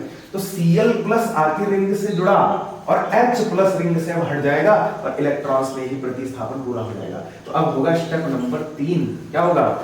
स्टेप नंबर 3 यहाँ करवा देते हैं। स्टेप नंबर 3, तो अब होगा स्टेप थर्ड में क्या होगा बताओ तो? H प्लस का हटना, H प्लस का रिमूवल ऑफ ओल्ड इलेक्ट्रोफाइल, पुराने इलेक्ट्रॉन्स नहीं का हटना। तो कौन हटेगा बताओ तो? हाइड्रोजन हटेगी। ये जो ऑर्थो पे जिस पोजीशन पे तुमने क्लोरीन लाके जोड़ा था, उससे जो हाइड्रोजन लगी हुई है वो इलेक्ट्रॉन दे करके बाहर हो जाएगी और रिंग दोबारा एरोमेटिक हो जाएगी और बन जाएगा ऑर्थो डाइक्लोरोबेंजीन। तो ये देखो ये हो जाएगा। बताओ जल्दी से, हाइड्रोजन को लेने कौन आएगा? कौन आएगा? Cl minus. Very good, Cl minus तो आएगा। यहाँ पे Cl और यहाँ पे कौन है? यहाँ पे एक Cl लगा हुआ है और यहाँ पे एक हाइड्रोजन है। अब यही हाइड्रोजन हमें बाहर निकालनी है, ये वाली हाइड्रोजन। इसी हाइड्रोजन को तो बाहर निकालोगे और इस हाइड्रोजन को लेने आएगा AlCl4 माइनस। AlCl4 माइनस में शुरू में जो क्लोरीन खींचा था यहाँ से Cl माइनस के रूप में, अब ये उसको वापस कर देगा और वो Cl माइनस यहाँ से इस हाइड्रोजन को खींच लेगा और ये हाइड्रोजन अपने दोनों इलेक्ट्रॉन यहाँ दे देगी। कौन आया? AlCl4 माइनस आया। AlCl4 माइनस आया, उसने Cl माइनस को लौटा दिया, Cl माइनस को लौटा दिया। अब Cl माइनस यहाँ से निकला और ये H प्लस, ये हाइड्रोजन अपने इलेक्ट्रॉन देके H प्लस के रूप में बाहर हुआ। तो Cl negative and H positive दोनों मिलकर के क्या बन गया? HCl। एक तो HCl बन गया और जब इसने Cl माइनस लौटा दिया तो ये दोबारा बदल गया किसमें? AlCl3। AlCl3 में, यानी जैसा लिया था वैसे ही बाहर हो गया। यानी ऐसे ही ग्रुप को बोल रहे हैं उत्प्रेरक कैटलिस्ट, जो रिएक्शन में बिना भाग लिए रिएक्शन को करवा देता है। यानी ये जैसा शुरू में आपने लिया था अंत में वैसे ही बाहर हो जाएगा, इसका कुछ नहीं बिगड़ेगा। आया था रिएक्शन करवाने, AlCl3 बाहर हो गया, और ये हाइड्रोजन जब दोनों इलेक्ट्रॉन लेके बाहर हुई तो यहाँ दोबारा डबल बॉन्ड जनरेट हो गया, बन गया हमारे ऑर्थो वाला, ये ऑर्थो डाइक्लोरोबेंजीन, समझ गए? ये बन गया हमारा एक Cl यहाँ पे, एक यहाँ पे, और फिर डबल बॉन्ड अंदर ही वाले, ये क्या बन गया बेटा? Ortho dichlorobenzene. अब यही सेम मैकेनिज्म आप पैरा के लिए करवा सकते हो, तो उसको करके दिखाने की कोई जरूरत नहीं है। पैरा वाला प्रोडक्ट बनाना होगा तो अटैक पैरा पे करवा दोगे, और क्या ये वाले दोनों इलेक्ट्रॉन कहाँ इकट्ठा करवा दोगे? पैरा पर इलेक्ट्रॉन इकट्ठा करवा दोगे और आपका पैरा पे प्रोडक्ट बनके तैयार हो जाएगा। बताओगे समस्या? तो जान गए? तो इस तरह से पहला इलेक्ट्रॉन से ही प्रतिस्थापन क्रिया खत्म होती है। क्लोरोबेंजीन का क्लोरीनीकरण, क्लोरोबेंजीन का क्लोरीनीकरण एकदम दिमाग में बैठा लो, क्योंकि ये हर चैप्टर में ऐसे रिएक्शन आपको मिलने वाले हैं। ये भूलना नहीं है, बोर्ड पेपर तक नहीं भूलना है, नहीं कि आज पढ़े लो परसों भूल जाओ, ऐसा नहीं करना है। लगातार आप रिवाइज करते रहो, बड़े इंपॉर्टेंट है। 5 नंबर का रिएक्शन पूछा जाता है बोर्ड में, इलेक्ट्रॉन्स में ही प्रतिस्थापन, चाहे क्लोरोबेंजीन का इलेक्ट्रॉन्स में ही प्रतिस्थापन दे दें, चाहे फिनॉल का दे दें, चाहे बेंजल्डिहाइड का दे दें, चाहे एसिटोफिनॉल का दे दें, चाहे एनिसॉल का दे दें, चाहे उसका दे दें, एनिलीन का दे दें, किसी भी एक ऑर्गेनिक कंपाउंड का ये इलेक्ट्रॉन्स में ही प्रतिस्थापन आपसे पेपर में पूछा ही जाना है। समझ गए? तो ये बड़े इंपॉर्टेंट रिएक्शन होते हैं। ये पहला वाला आपको क्लियर हो गया, मैंने मैकेनिज्म दोबारा बता दिया पूरा। सेम तरीके से बाकी 4 जो बचे हैं उनका भी मैकेनिज्म होगा। अब हम कंप्लीट मैकेनिज्म नहीं देखेंगे। जैसे क्लोरीनीकरण में Cl+ अटैक कर रहा है रिंग पे, नाइट्रीकरण में NO2+ अटैक करेगा, एल्किलीकरण में CH3+ अटैक करेगा, सल्फोनीकरण में SO3H+ अटैक करेगा, और एसिडीकरण में ये वाला, ये जो वाला एसिड ये अटैक करेगा रिंग पे। बस आपको ये पता होना चाहिए कौन सी इलेक्ट्रॉन्स में ही प्रतिस्थापन क्रिया का अटैकिंग एजेंट कौन सा है, कौन रिंग पे अटैक करेगा, और सेम तरीके से सारा कुछ होने वाला है। जैसे क्लोरीनीकरण में ये आया, इसने क्लोरीन, सबसे इंपॉर्टेंट स्टेप हम ये स्टेप हर रिएक्शन में देखेंगे कि इलेक्ट्रॉन्स में ही कैसे बन रहा है। और जब इलेक्ट्रॉन्स में ही बन जाएगा तो सब पर अटैक सेम तरीके से होगा। जैसे इस वाले में अटैक कर रहा है Cl+ ऑर्थो पे, नाइट्रीकरण में कौन अटैक करेगा? NO2+, एल्किलीकरण में कौन अटैक करेगा? CH3+, सल्फोनीकरण में कौन अटैक करेगा? SO3H+, और एसिडीकरण में CH3CO+, CH3CO। तो बताओ क्लियर है? हैलोजनीकरण से क्लोरीनीकरण, बाकी बचे हुए रिएक्शंस के बारे में बात करेंगे बाद में, ठीक है? इसको नोट करो आप।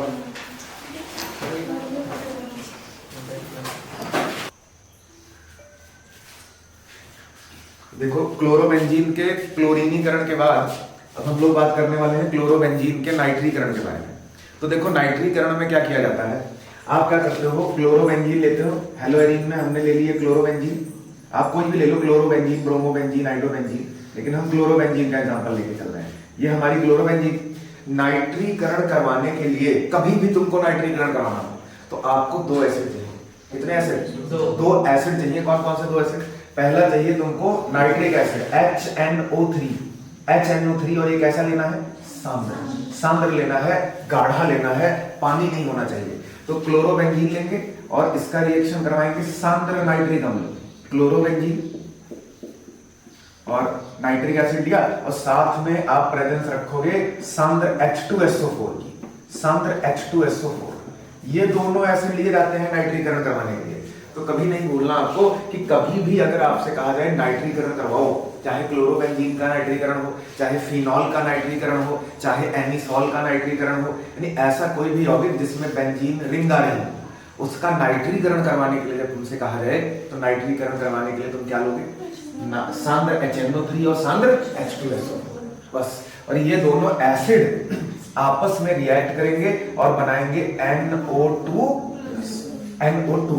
कैसे बनाएंगे? बस यही एक स्टेप हम देखेंगे कि ये दोनों आपस में रिएक्ट करके NO2+ कैसे बनाएंगे, ठीक है? और आगे आप जानते हो क्या होगा, ये NO2+ आएगा रिंग से इलेक्ट्रॉन मांगने, और एक बार ऑर्थो पे जुड़ जाएगा, एक बार पैरा पे, क्योंकि रिंग के पास कहाँ इलेक्ट्रॉन जाता है? ऑर्थो पैरा पर, क्योंकि ये ऑर्थो पैरा डायरेक्टिंग है। पिछले क्लास में देखा था हमने कि ये ऑर्थो पैरा डायरेक्टिंग है, तो एक बार NO2 पॉजिटिव ऑर्थो पे लग जाएगा, एक बार पैरा पे, नाइट्रीकरण खत्म। समझ गए? कितना आसान है। तो आप क्या प्रोडक्ट बनाओगे, ये एक बार ऑर्थो पे NO2 लगा दोगे, यहाँ पे, यहाँ Cl तो लगे ही रहेगा, ऑर्थो पे लगी हुई हाइड्रोजन हटेगी और यहाँ पे NO2 लग जाएगा आगे।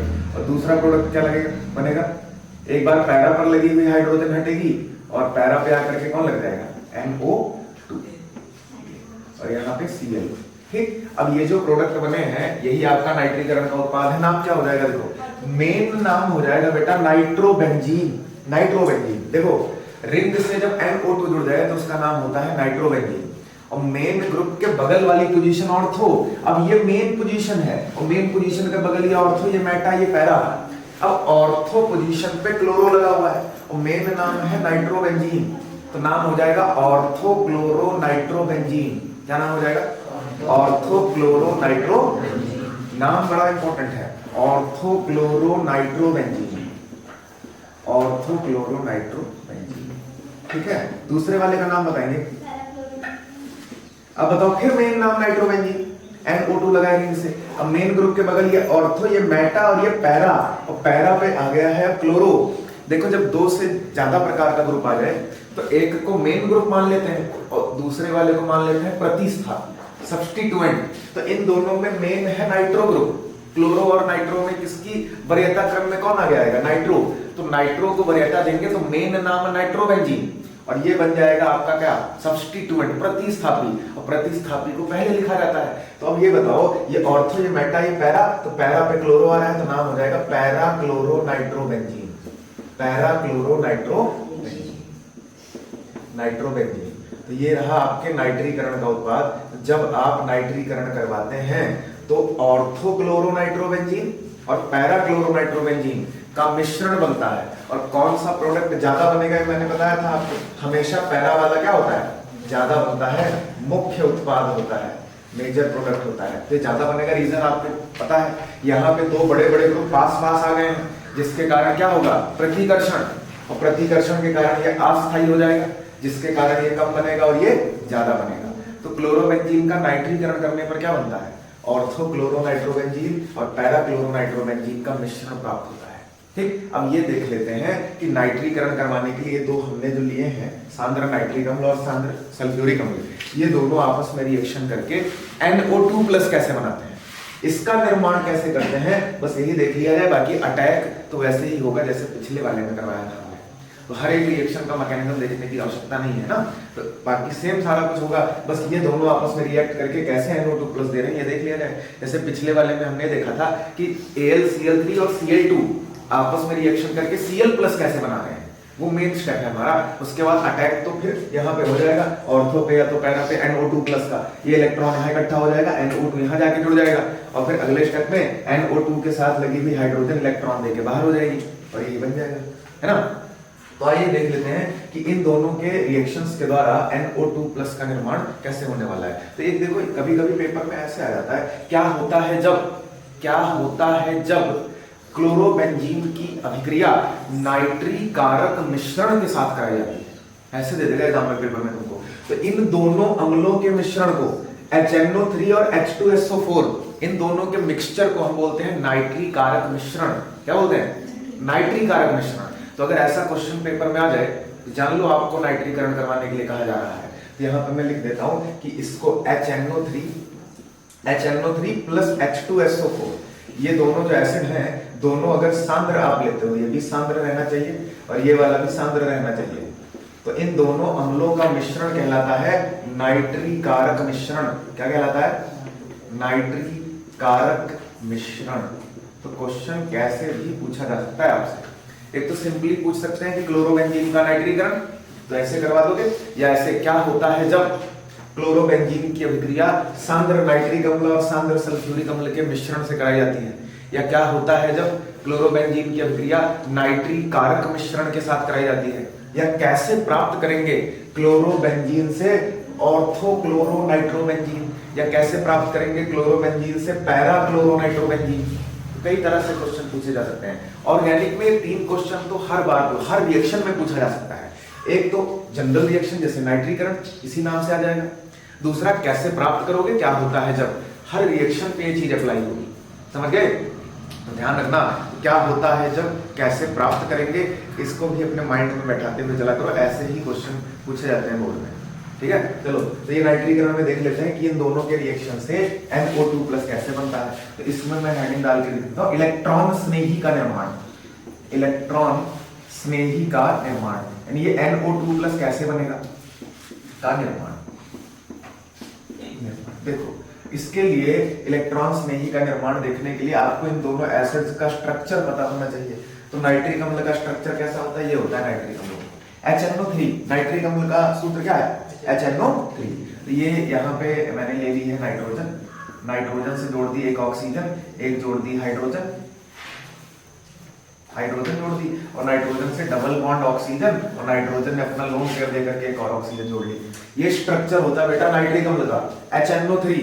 HNO3 का ये स्ट्रक्चर है नाइट्रिक एसिड, जिसमें क्या मामला नजर आ रहा है आपको कि नाइट्रोजन के 4 बॉन्ड नजर आ रहे हैं, देख रहे हो ना, 2 इधर एक इधर एक इधर। और आपको पता है नाइट्रोजन चौथा बॉन्ड तब बनाता है जब वो अपना लोन पेयर दे देता है। नाइट्रोजन के बाह्य कोश में कितने इलेक्ट्रॉन होते हैं, 5। 3 बॉन्ड तो बना लेता है जनरली, और एक लोन पेयर बचा लेता है। जब अपना लोन पेयर दे देता है दूसरे को तो चौथा बॉन्ड बन जाता है। तो नाइट्रिक अम्ल का स्ट्रक्चर है। अब देखो, अब आपको इसमें 3 ऑक्सीजन नजर आ रहे हैं, एक ऑक्सीजन ही नजर आ रहा है। ऑक्सीजन जब 2 बॉन्ड बनाता है तो 2 जोड़ी लोन पेयर बचा लेता है। अब क्या होगा, अब आपका ये जो दूसरा एसिड आपने लिया है H2SO4, H2SO4। अब आपको पता है एसिड का एक काम और होता है H+ देना, क्या देना, H+। तो सल्फ्यूरिक एसिड से निकल के आएगा H+, और H+ को चाहिए इलेक्ट्रॉन, जिसके ऊपर प्लस लगा हो उसको क्या चाहिए, इलेक्ट्रॉन। तो ये H+ जो है इलेक्ट्रॉन मांगने नाइट्रिक अम्ल के पास आएगा, और नाइट्रिक अम्ल की ये वाली ऑक्सीजन जो हाइड्रोजन से कनेक्टेड है, ये अपना एक जोड़ी लोन पेयर इस हाइड्रोजन को दे देगी और अपने पास बुला लेगी, और एक जोड़ी इलेक्ट्रॉन ये हाइड्रोजन लेकर के यहाँ जुड़ जाएगा, और यहाँ हो जाएगा एक और हाइड्रोजन, और ये हो जाएगा OH2। क्या हो जाएगा, एक हाइड्रोजन पहले से लगी है, एक और आकर के जुड़ गई, यहाँ पे हाइड्रोजन आके लटक गई, और ऑक्सीजन लोन पेयर देगा तो उस पर प्लस आ जाएगा। तो बाकी सारा वैसे उतार दो, क्या बनेगा, देखो ये ऑक्सीजन, यहाँ एक हाइड्रोजन पहले से था, एक और आ गया, और इधर क्या बचा, नाइट्रोजन, यहाँ पे डबल बॉन्ड ऑक्सीजन, और इधर कोऑर्डिनेट बॉन्ड ऑक्सीजन। और लोन पेयर देने की वजह से ऑक्सीजन पे पॉजिटिव चार्ज, लोन पेयर देने की वजह से ऑक्सीजन पे पॉजिटिव। अब अपना प्लस खत्म करने के लिए ऑक्सीजन क्या करेगा, इस नाइट्रोजन से इलेक्ट्रॉन ले लेगा। अगर हाइड्रोजन से इलेक्ट्रॉन दिलवा दोगे तो फिर वहीं पहुंच जाओगे जहां चले थे। एक बार हाइड्रोजन जोड़ रहे हो फिर उसी को थोड़ी ना हटाएंगे। तो अब कौन सा बॉन्ड तोड़ोगे, ऑक्सीजन नाइट्रोजन बॉन्ड। तो इस बॉन्ड के दोनों इलेक्ट्रॉन ऑक्सीजन को मिल जाएंगे, और ये बॉन्ड टूट जाएगा, और ये बन जाएगा H2O, पानी बाहर हो जाएगा, और इस बॉन्ड के टूटने से प्लस चार्ज नाइट्रोजन पे आ जाएगा, नाइट्रोजन पे, और यही बन जाएगा आपका NO2+, NO2 बन गया। तो यहाँ पे क्या बाहर निकला, जल। ये बॉन्ड टूटा जब तो -H2O, और यहाँ पे बचा क्या, ये बॉन्ड टूटा तो प्लस चार्ज नाइट्रोजन पे, तो नाइट्रोजन पे प्लस लग गया है, ये डबल बॉन्ड O है, और कोऑर्डिनेट बॉन्ड O है। बताओ कुछ ऐसा बन गया। और इसी को मैंने यहाँ पे लिख दिया है NO2+, या इसी को मैंने लिख दिया NO2 और नाइट्रोजन पे, इसका नाम है नाइट्रोनियम आयन। क्या नाम है, नाइट्रोनियम आयन, नाइट्रोनियम आयन। अब आगे तो बड़े अच्छे से जानते हो, ये जाएगा क्लोरोबेंजीन के पास इलेक्ट्रॉन लेने, और ये क्लोरोबेंजीन की कौन सी पोजीशन पे जुड़ेगा, ऑर्थो पे। ये इलेक्ट्रॉन ऑर्थो पे इकट्ठा हो जाएगा, यहाँ माइनस आ जाएगा, यहाँ प्लस आ जाएगा, और नाइट्रो ग्रुप यहाँ जाकर के जुड़ जाएगा। और जब ये नाइट्रो ग्रुप जुड़ जाएगा तो रिंग की एरोमेटिसिटी खत्म हो जाएगी, और फिर यहाँ पे जो हाइड्रोजन लगी होगी, इस वाली पोजीशन पे जो हाइड्रोजन लगी होगी वो हट जाएगी, और नाइट्रो यहाँ जुड़ा रह जाएगा, और यहाँ दोबारा डबल बॉन्ड बन जाएगा। वही सेम स्टेप जैसे कल करवाया था। यही मेन होता है कि आप ये जानते हैं, तो बड़ी अच्छी बात है कि नाइट्रो बना कैसे। बाकी पेपर में तुमसे कभी कोई नहीं करवाने वाला मैकेनिज्म, सिर्फ पेपर में पूछा जाएगा तो ये लिख के आ जाओगे, इतना बस काम खत्म, समझ गए। बाकी आपको इतना तो कम से कम पता होना चाहिए कि इन दोनों एसिड्स का क्या काम था, क्या काम था, समझ में आ गया। ये दोनों रिएक्शन करके NO2+ बनाते हैं, और यही NO2+ रिंग के एक बार ऑर्थो पे अटैक करके जुड़ता है, एक बार पैरा में, क्योंकि रिंग ऑर्थो पैरा डायरेक्टिंग है। इस रिंग में ऑर्थो पैरा पे इलेक्ट्रॉन जाना है, समझ गए। तो ये कंप्लीट हो गया आपका नाइट्रीकरण, ठीक है।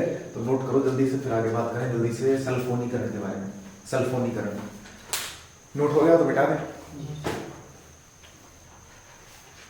अब इसको लिखने को तो आराम से खुद से लिख सकते हो ना, इसकी थ्योरी, कि जब क्लोरोबेंजीन की अभिक्रिया सांद्र नाइट्रिक अम्ल और सांद्र सल्फ्यूरिक अम्ल के मिश्रण के साथ कराई जाती है तो ऑर्थो क्लोरो नाइट्रोबेंजीन और पैरा क्लोरो नाइट्रोबेंजीन का मिश्रण प्राप्त होता है, जिसमें पैरा क्लोरो नाइट्रोबेंजीन मुख्य उत्पाद होती है।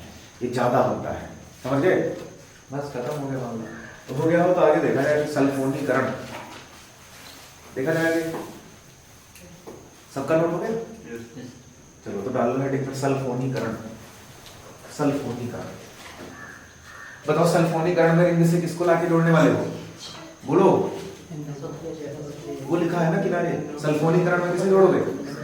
SO3H को, यानी एक बार यहाँ SO3H, एक बार यहाँ SO3H, बस सल्फोनीकरण खत्म। अब सल्फोनीकरण में हम लेंगे क्या? जैसे नाइट्रीकरण करवाने के लिए दोनों एसिड लिए, सल्फोनीकरण करवाने के लिए हम क्या लेंगे उसके बारे में बात करेंगे, ठीक है? तो मिटा दो उसको, चलो डाल लो हेडिंग सल्फोनीकरण।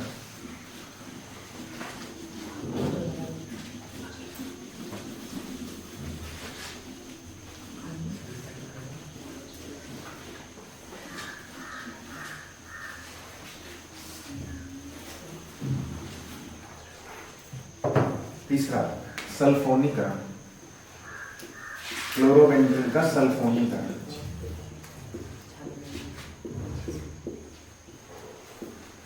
देखिए ये हमने ली क्लोरोबेंजीन,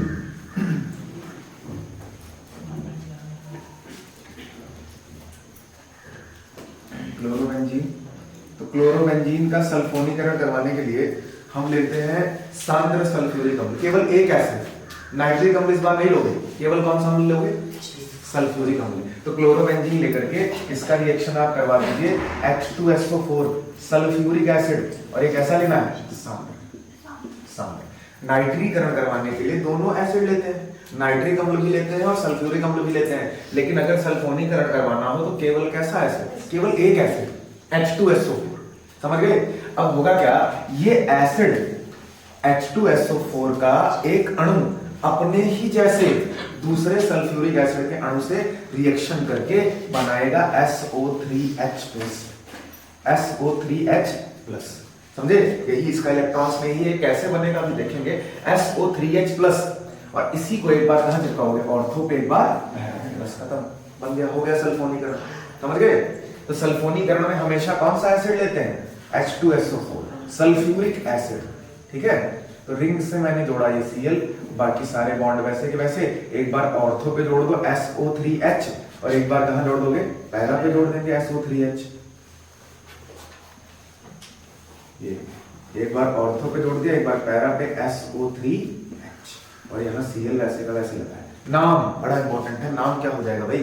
देखो दो ग्रुप रिंग से जुड़े हुए हैं, एक क्लोरो लगा हुआ है और एक SO3H लगा हुआ है, तो एक को मेन ग्रुप बनाना है और दूसरे को प्रतिस्थापी, तो ये होता है functional group. Main group SO3H है और क्लोरो फिर बन जाएगा प्रतिस्थापी। तो मेन ग्रुप अगर ये है तो उसके बगल कौन सी पोजीशन? ऑर्थो, तो फिर ऑर्थो पे क्लोरो, ऑर्थो पे क्लोरो, तो ये नाम हो जाएगा ऑर्थो क्लोरो। ऑर्थो पे तो क्लोरो लग गया, और मेन नाम क्या हो जाएगा? जब रिंग से SO3H जुड़ जाए तो नाम हो जाता है उस रिंग का बेंजीन सल्फोनिक अम्ल। क्या नाम हो जाता है? बेंजीन सल्फोनिक अम्ल, क्योंकि इस ग्रुप को बोलते हैं सल्फोनिक अम्ल समूह, और बेंजीन से जुड़ गया है तो नाम है बेंजीन सल्फोनिक अम्ल। तो पूरा नाम ऑर्थो क्लोरो बेंजीन सल्फोनिक अम्ल, ऑर्थो क्लोरो बेंजीन सल्फोनिक अम्ल। और अगला तो जान ही गए होंगे। अब इस बार मेन नाम पे बेंजीन सल्फोनिक अम्ल, ये ऑर्थो, ये मेटा और ये पैरा, तो पैरा क्लोरो बेंजीन सल्फोनिक अम्ल। अगले वाले का नाम पैरा क्लोरो बेंजीन सल्फोनिक अम्ल, पैरा क्लोरो बेंजीन सल्फोनिक अम्ल।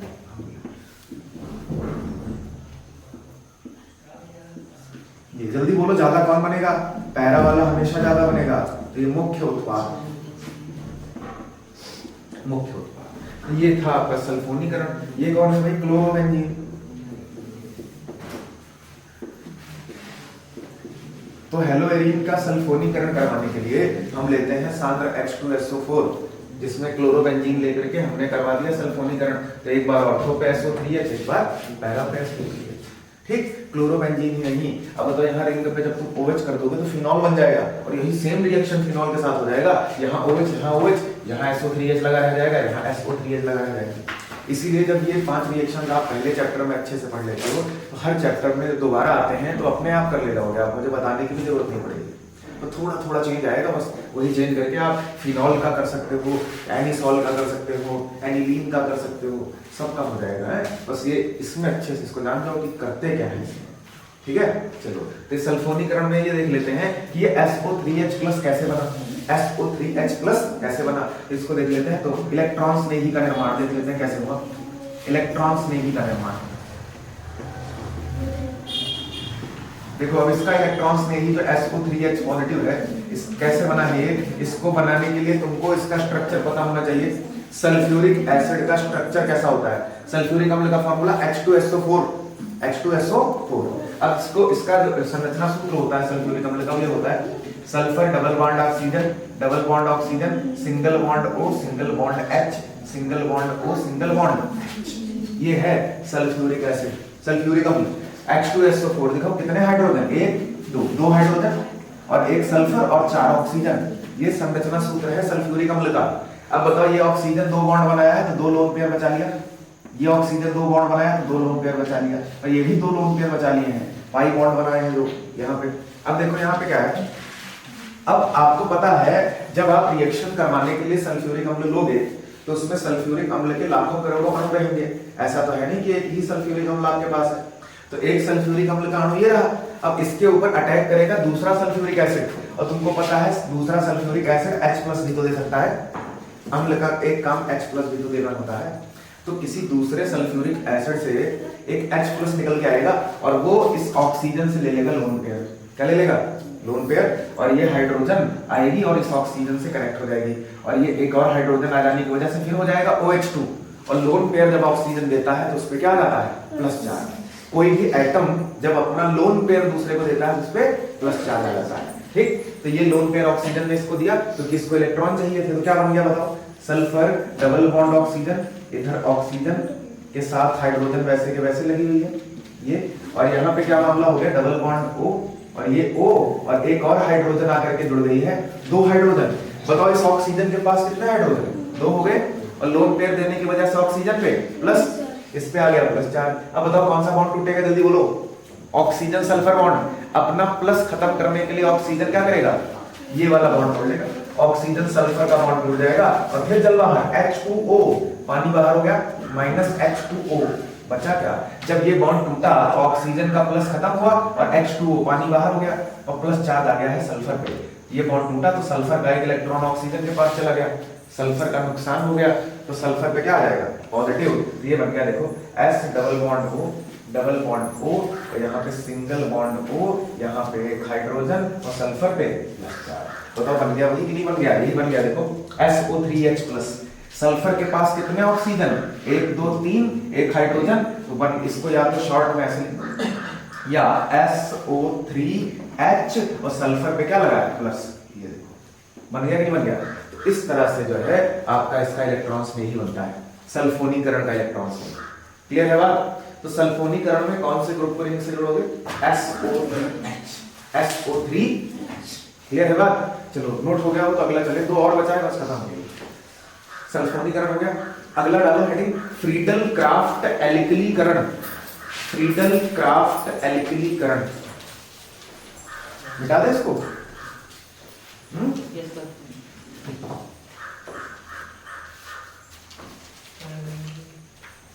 फ्रीडल क्राफ्ट एल्किलीकरण,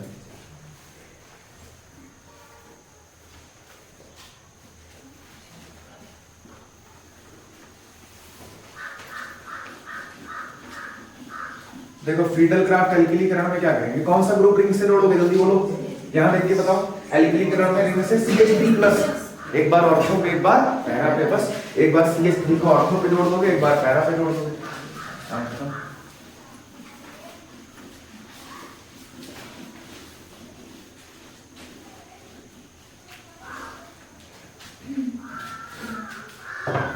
नंबर 4 है फ्रीडल क्राफ्ट एल्किलीकरण।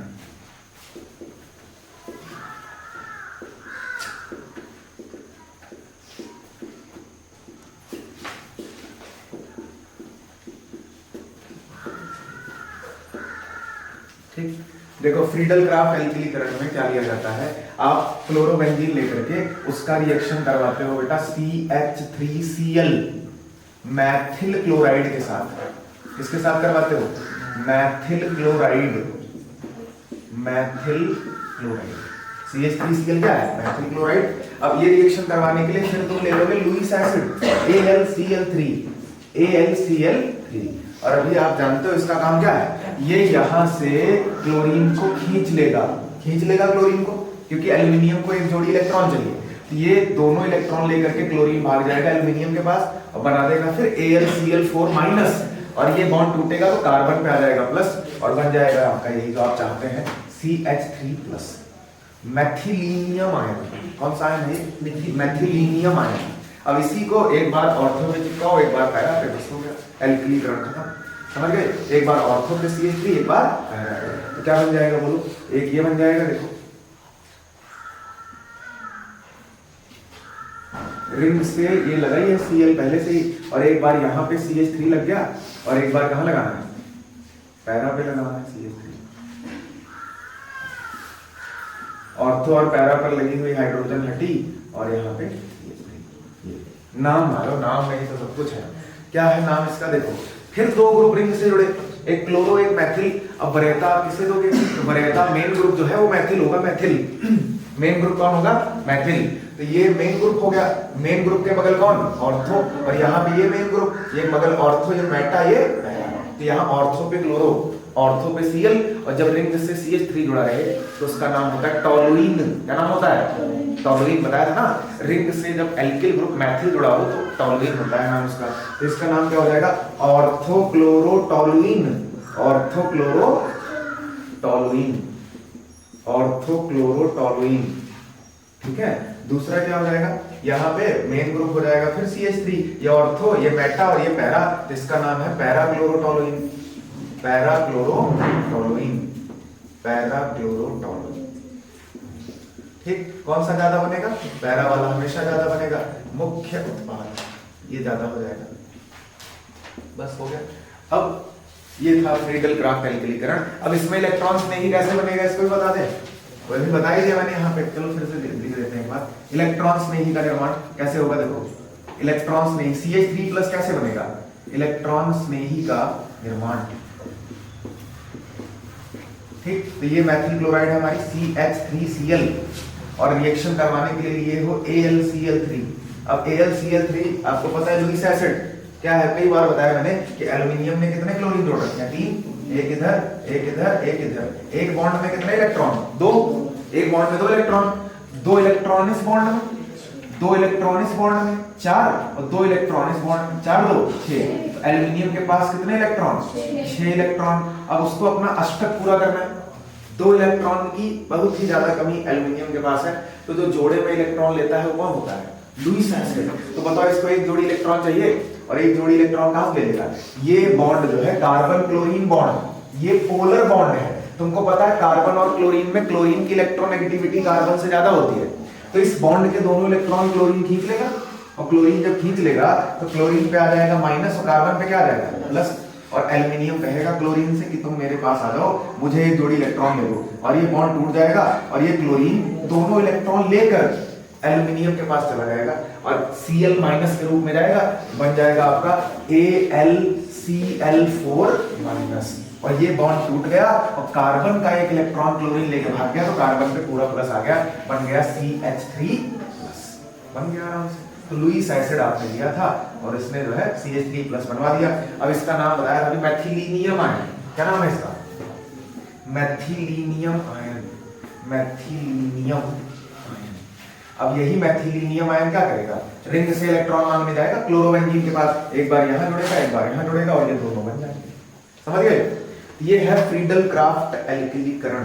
ठीक है। थ्योरी वही है, कहानी पेपर में लिखने की कोई आवश्यकता आपको नहीं होती कि जब क्लोरोबेंजीन की अभिक्रिया लुईस अम्ल की उपस्थिति में मैथिल क्लोराइड के साथ कराई जाती है तो ऑर्थोक्लोरोटॉलुइन तथा पैराक्लोरोटॉलुइन का मिश्रण प्राप्त होता है, जिसमें पैराक्लोरोटॉलुइन मुख्य उत्पाद।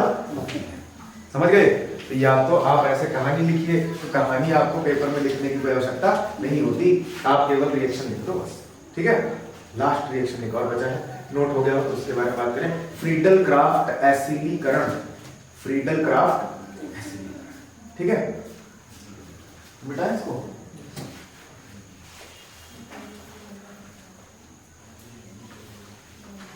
फ्रीडल क्राफ्ट एसिलीकरण के बारे में बात करते हैं। तो देखो फ्रीडल क्राफ्ट एसिलीकरण में जल्दी बोलो कौन सा ग्रुप रिंग से जोड़ोगे, जल्दी बोल दो।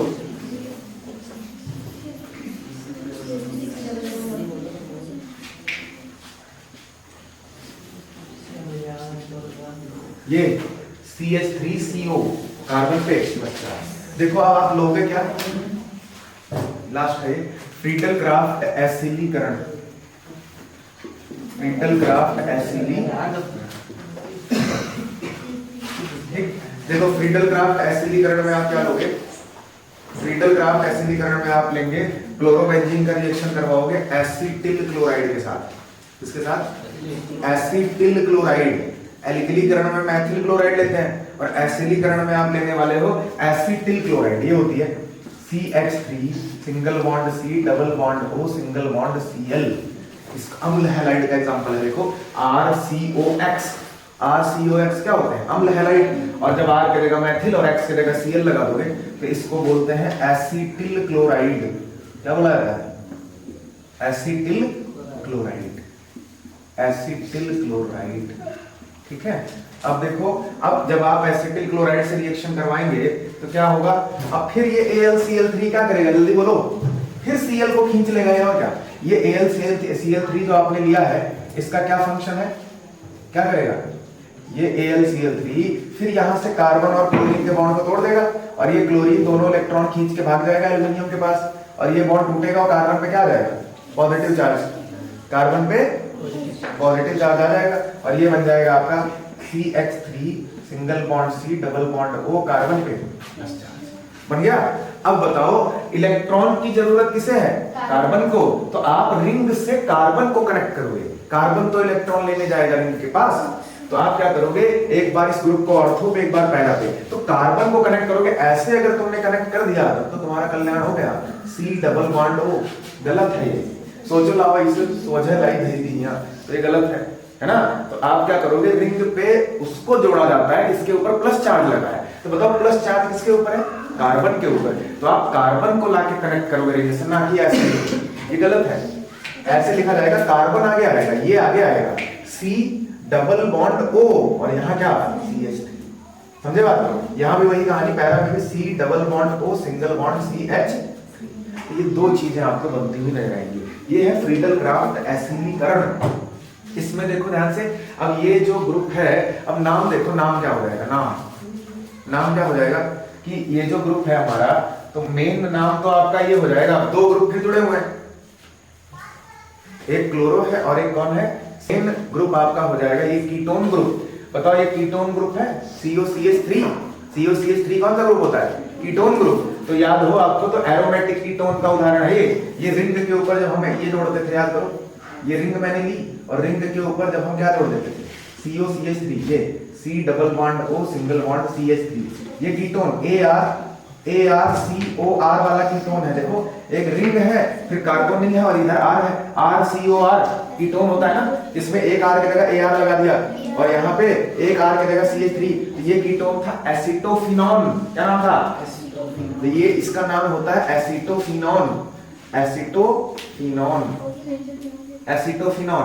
अब मेन नाम हो जाएगा बेटा एसिटोफिनॉन, रिंग से जुड़ा है COCH3, तो मेन नाम एसिटोफिनॉन और मेन ग्रुप के बगल ये ऑर्थो, फिर ऑर्थो पे क्लोरो, तो नाम ऑर्थोक्लोरो एसिटोफिनॉन, ऑर्थोक्लोरो एसिटोफिनॉन,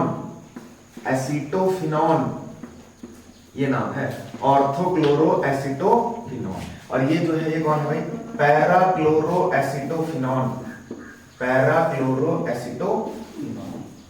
कौन ज्यादा बनेगा, पैराक्लोरो एसिटोफिनॉन ज्यादा बनेगा, तो मुख्य उत्पाद, क्लियर है बात। तो ये है फ्रीडल क्राफ्ट एसिलीकरण, फ्रीडल क्राफ्ट एसिलीकरण। तो ये हेलोएरिन के इलेक्ट्रॉन्स में ही प्रतिस्थापन रिएक्शंस जो है आपके खत्म होते हैं। अब ये इसका इलेक्ट्रॉन्स में ही कैसे बना बता ही दिया मैंने, देख लो एक बार नीचे लिख देते हैं, इलेक्ट्रॉन्स में ही कैसे बनेगा बताओ। AlCl3 क्या करेगा,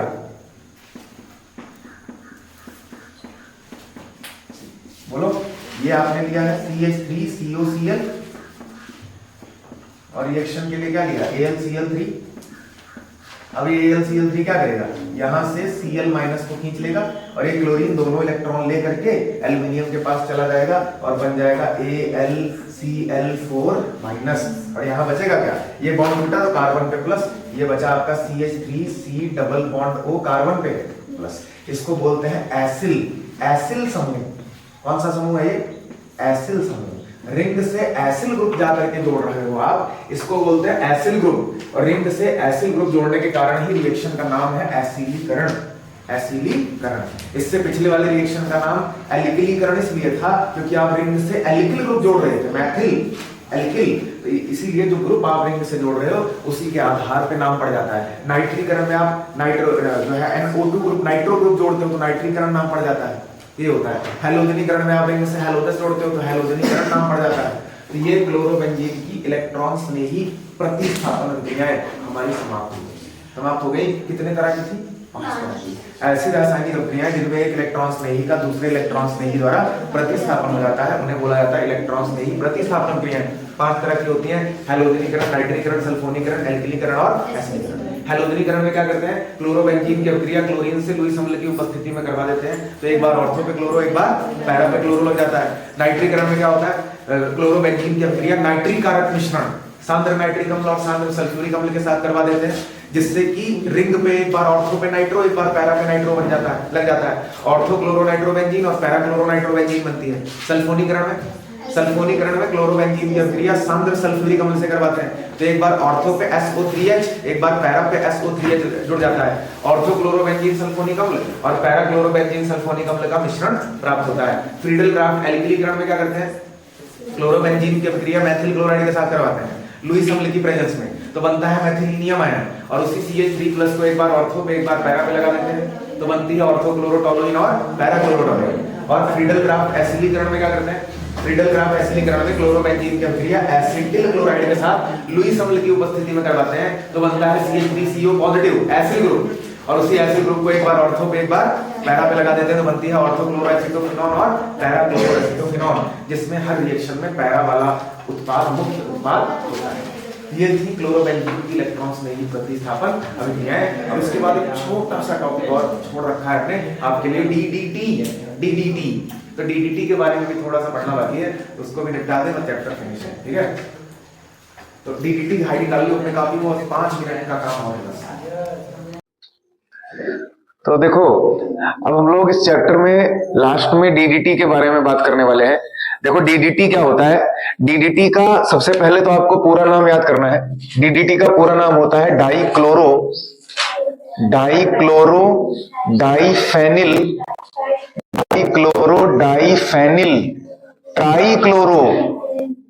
ट्राइक्लोरो क्या, एथेन, ट्राइक्लोरो एथेन, ये है DDT की full form, dichloro diphenyl trichloro ethane, इसी को बोला जाता है DDT।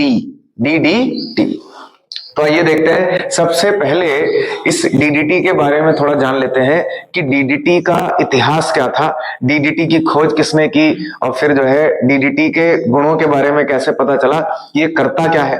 तो देखो सबसे पहले कि DDT की जो खोज थी, DDT की खोज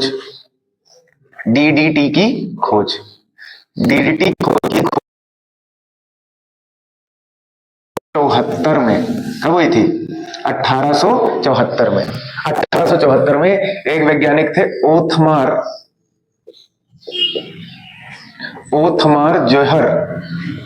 जोहर, ये वैज्ञानिक थे जिन्होंने 1874 में DDT की खोज की थी, DDT का निर्माण किया था, और उसके बाद 1874 में खोज की थी।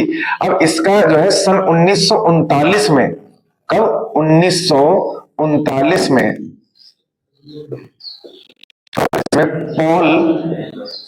पॉल हरमन म्यूलर, ये वैज्ञानिक है,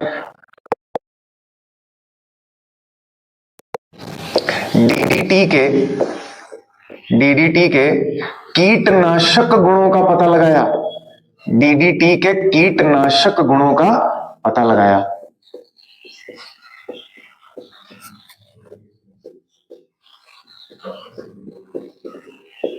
ठीक, ये खोजा था इसको 1874 में ओथमार जोहर ने। लेकिन इसके कीटनाशक गुणों का पता, कि जो डीडीटी होता है ये कीड़ों को मारने के लिए यूज किया जा सकता है, इसके बारे में पता लगाया 1939 में Paul Hermann Muller. Paul Hermann Muller नाम के साइंटिस्ट थे, इन्होंने डीडीटी के कीटनाशक गुणों का पता लगाया था। और इसके लिए जो है इनको, किसको, Paul Hermann Muller, Paul Hermann Muller को 1948 में रसायन विज्ञान का नोबेल दिया गया। रसायन विज्ञान का नोबेल प्राइज आप जानते हैं, नोबेल प्राइज जो होता है वो दुनिया का सबसे बड़ा पुरस्कार होता है। ठीक है, सबसे बड़ा पुरस्कार कितने क्षेत्रों में दिया जाता है? 6 क्षेत्रों में, 6 क्षेत्रों में दिया जाता है। ठीक है, जो कौन देता है? देखो नोबेल के बारे में थोड़ा पता होना चाहिए आपको। नोबेल का मतलब ही होता है श्रेष्ठ। एक वैज्ञानिक थे स्वीडन देश के, अल्फ्रेड नोबेल, जिन्होंने डायनामाइट की खोज की थी। एक विस्फोटक होता है डायनामाइट, जिसका उपयोग टैंक को उड़ाने के लिए किया जाता है। जैसे युद्ध में जो टैंक लड़ते हैं ना, तो टैंक के नीचे डायनामाइट बिछा दिए जाते हैं कि जब टैंक उस डायनामाइट पे चढ़े तो डायनामाइट में विस्फोट करने के लिए बहुत ज्यादा भार उस पर डालना पड़ता है। जब टैंक डायनामाइट पे चढ़ता है तो डायनामाइट के अंदर विस्फोटक भरा होता है, वो ब्लास्ट हो जाता है और टैंक उड़ जाता है। ठीक है, तो डायनामाइट की खोज करने वाले वैज्ञानिक थे अल्फ्रेड नोबेल। तो उन्हीं के नाम पर स्वीडन देश की सरकार, यूरोप का एक देश है स्वीडन, तो स्वीडन देश की सरकार उनकी याद में, उनके सम्मान में हर साल 10 दिसंबर को मिलने वाला है, 10 दिसंबर आने वाला है, 10 दिसंबर को स्वीडन देश की राजधानी स्टॉकहोम में नोबेल प्राइज प्रदान करती है। और नोबेल पुरस्कार 6 क्षेत्रों में दिया जाता है। ये पुरस्कार दुनिया भर के वैज्ञानिकों के द्वारा जो है, जो श्रेष्ठ कार्य, नई नई खोजें की जाती हैं, जो आपके जो है मानव कल्याण में होती हैं, उन वैज्ञानिकों को चिन्हित करके उनको दिया जाता है। बात समझ में आई? तो ये आपको ध्यान रखना है। और ये नोबेल प्राइज जो होता है वो 6 क्षेत्रों में दिया जाता है। कौन कौन से 6 क्षेत्र हैं, कोई बता सकता है? सबसे पहला क्षेत्र है आपका, एक तो फिजिक्स के क्षेत्र में, दूसरा केमिस्ट्री के क्षेत्र में, तीसरा चिकित्सा के क्षेत्र में, चौथा साहित्य के क्षेत्र में, ठीक है, और पांचवा एक होता है विश्व शांति के क्षेत्र में, और एक अर्थशास्त्र के क्षेत्र में, इकोनॉमिक्स के क्षेत्र में। तो 6 क्षेत्रों में जो है नोबेल पुरस्कार दिया जाता है। समझ गए बात को? तो अभी घोषणा हो चुकी है कि किस वैज्ञानिक को इस साल मिलने वाला है। नाम सबका बताया जो है, डिसाइड किया जा चुका है। अब 10 दिसंबर को जो है वो दे दिया जाएगा। 10 दिसंबर को जो है स्वीडन की राजधानी स्टॉकहोम में बुला करके उनको नोबेल प्राइज दिया जाएगा। नोबेल प्राइज में क्या होता है, 1 करोड़ रुपए नगद दिए जाते हैं नोबेल प्राइज प्राप्त करने वाले वैज्ञानिक को। इंडियन करेंसी में बात करें तो 1 करोड़ रुपए का नकद पुरस्कार होता है, और यह विश्व का सबसे बड़ा पुरस्कार, सबसे प्रतिष्ठित पुरस्कार माना जाता है। समझ गए? चलो, तो इनको 1948 में डीडीटी का कीटनाशक गुण पता करने के लिए पॉल हरमन म्यूलर को जो है नोबेल प्राइज दिया गया। और ये बहुत ही महत्वपूर्ण खोज थी उस समय। जानते हो क्यों? क्योंकि आप पढ़ते हो ये जो समय था 1939 में इन्होंने डीडीटी के कीटनाशक गुणों का पता लगा लिया था, और लगभग 1939 से 1945 तक चला द्वितीय विश्व युद्ध। कौन सा विश्व युद्ध चला था?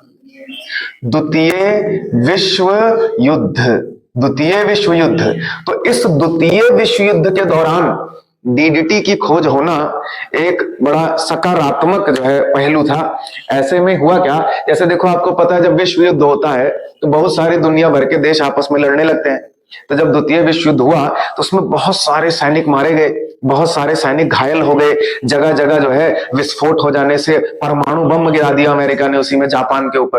पढ़ा होगा आपने हिरोशिमा और नागासाकी शहरों पर 9 अगस्त और 11 अगस्त 2 दिन जो है अमेरिका ने परमाणु बम गिरा दिया था जो है, जिसके बाद द्वितीय विश्व युद्ध समाप्त हुआ। जापान ने सरेंडर कर दिया जब विश्व युद्ध, उसके ऊपर परमाणु बम गिरा दिया गया तो द्वितीय विश्व युद्ध समाप्त हो गया।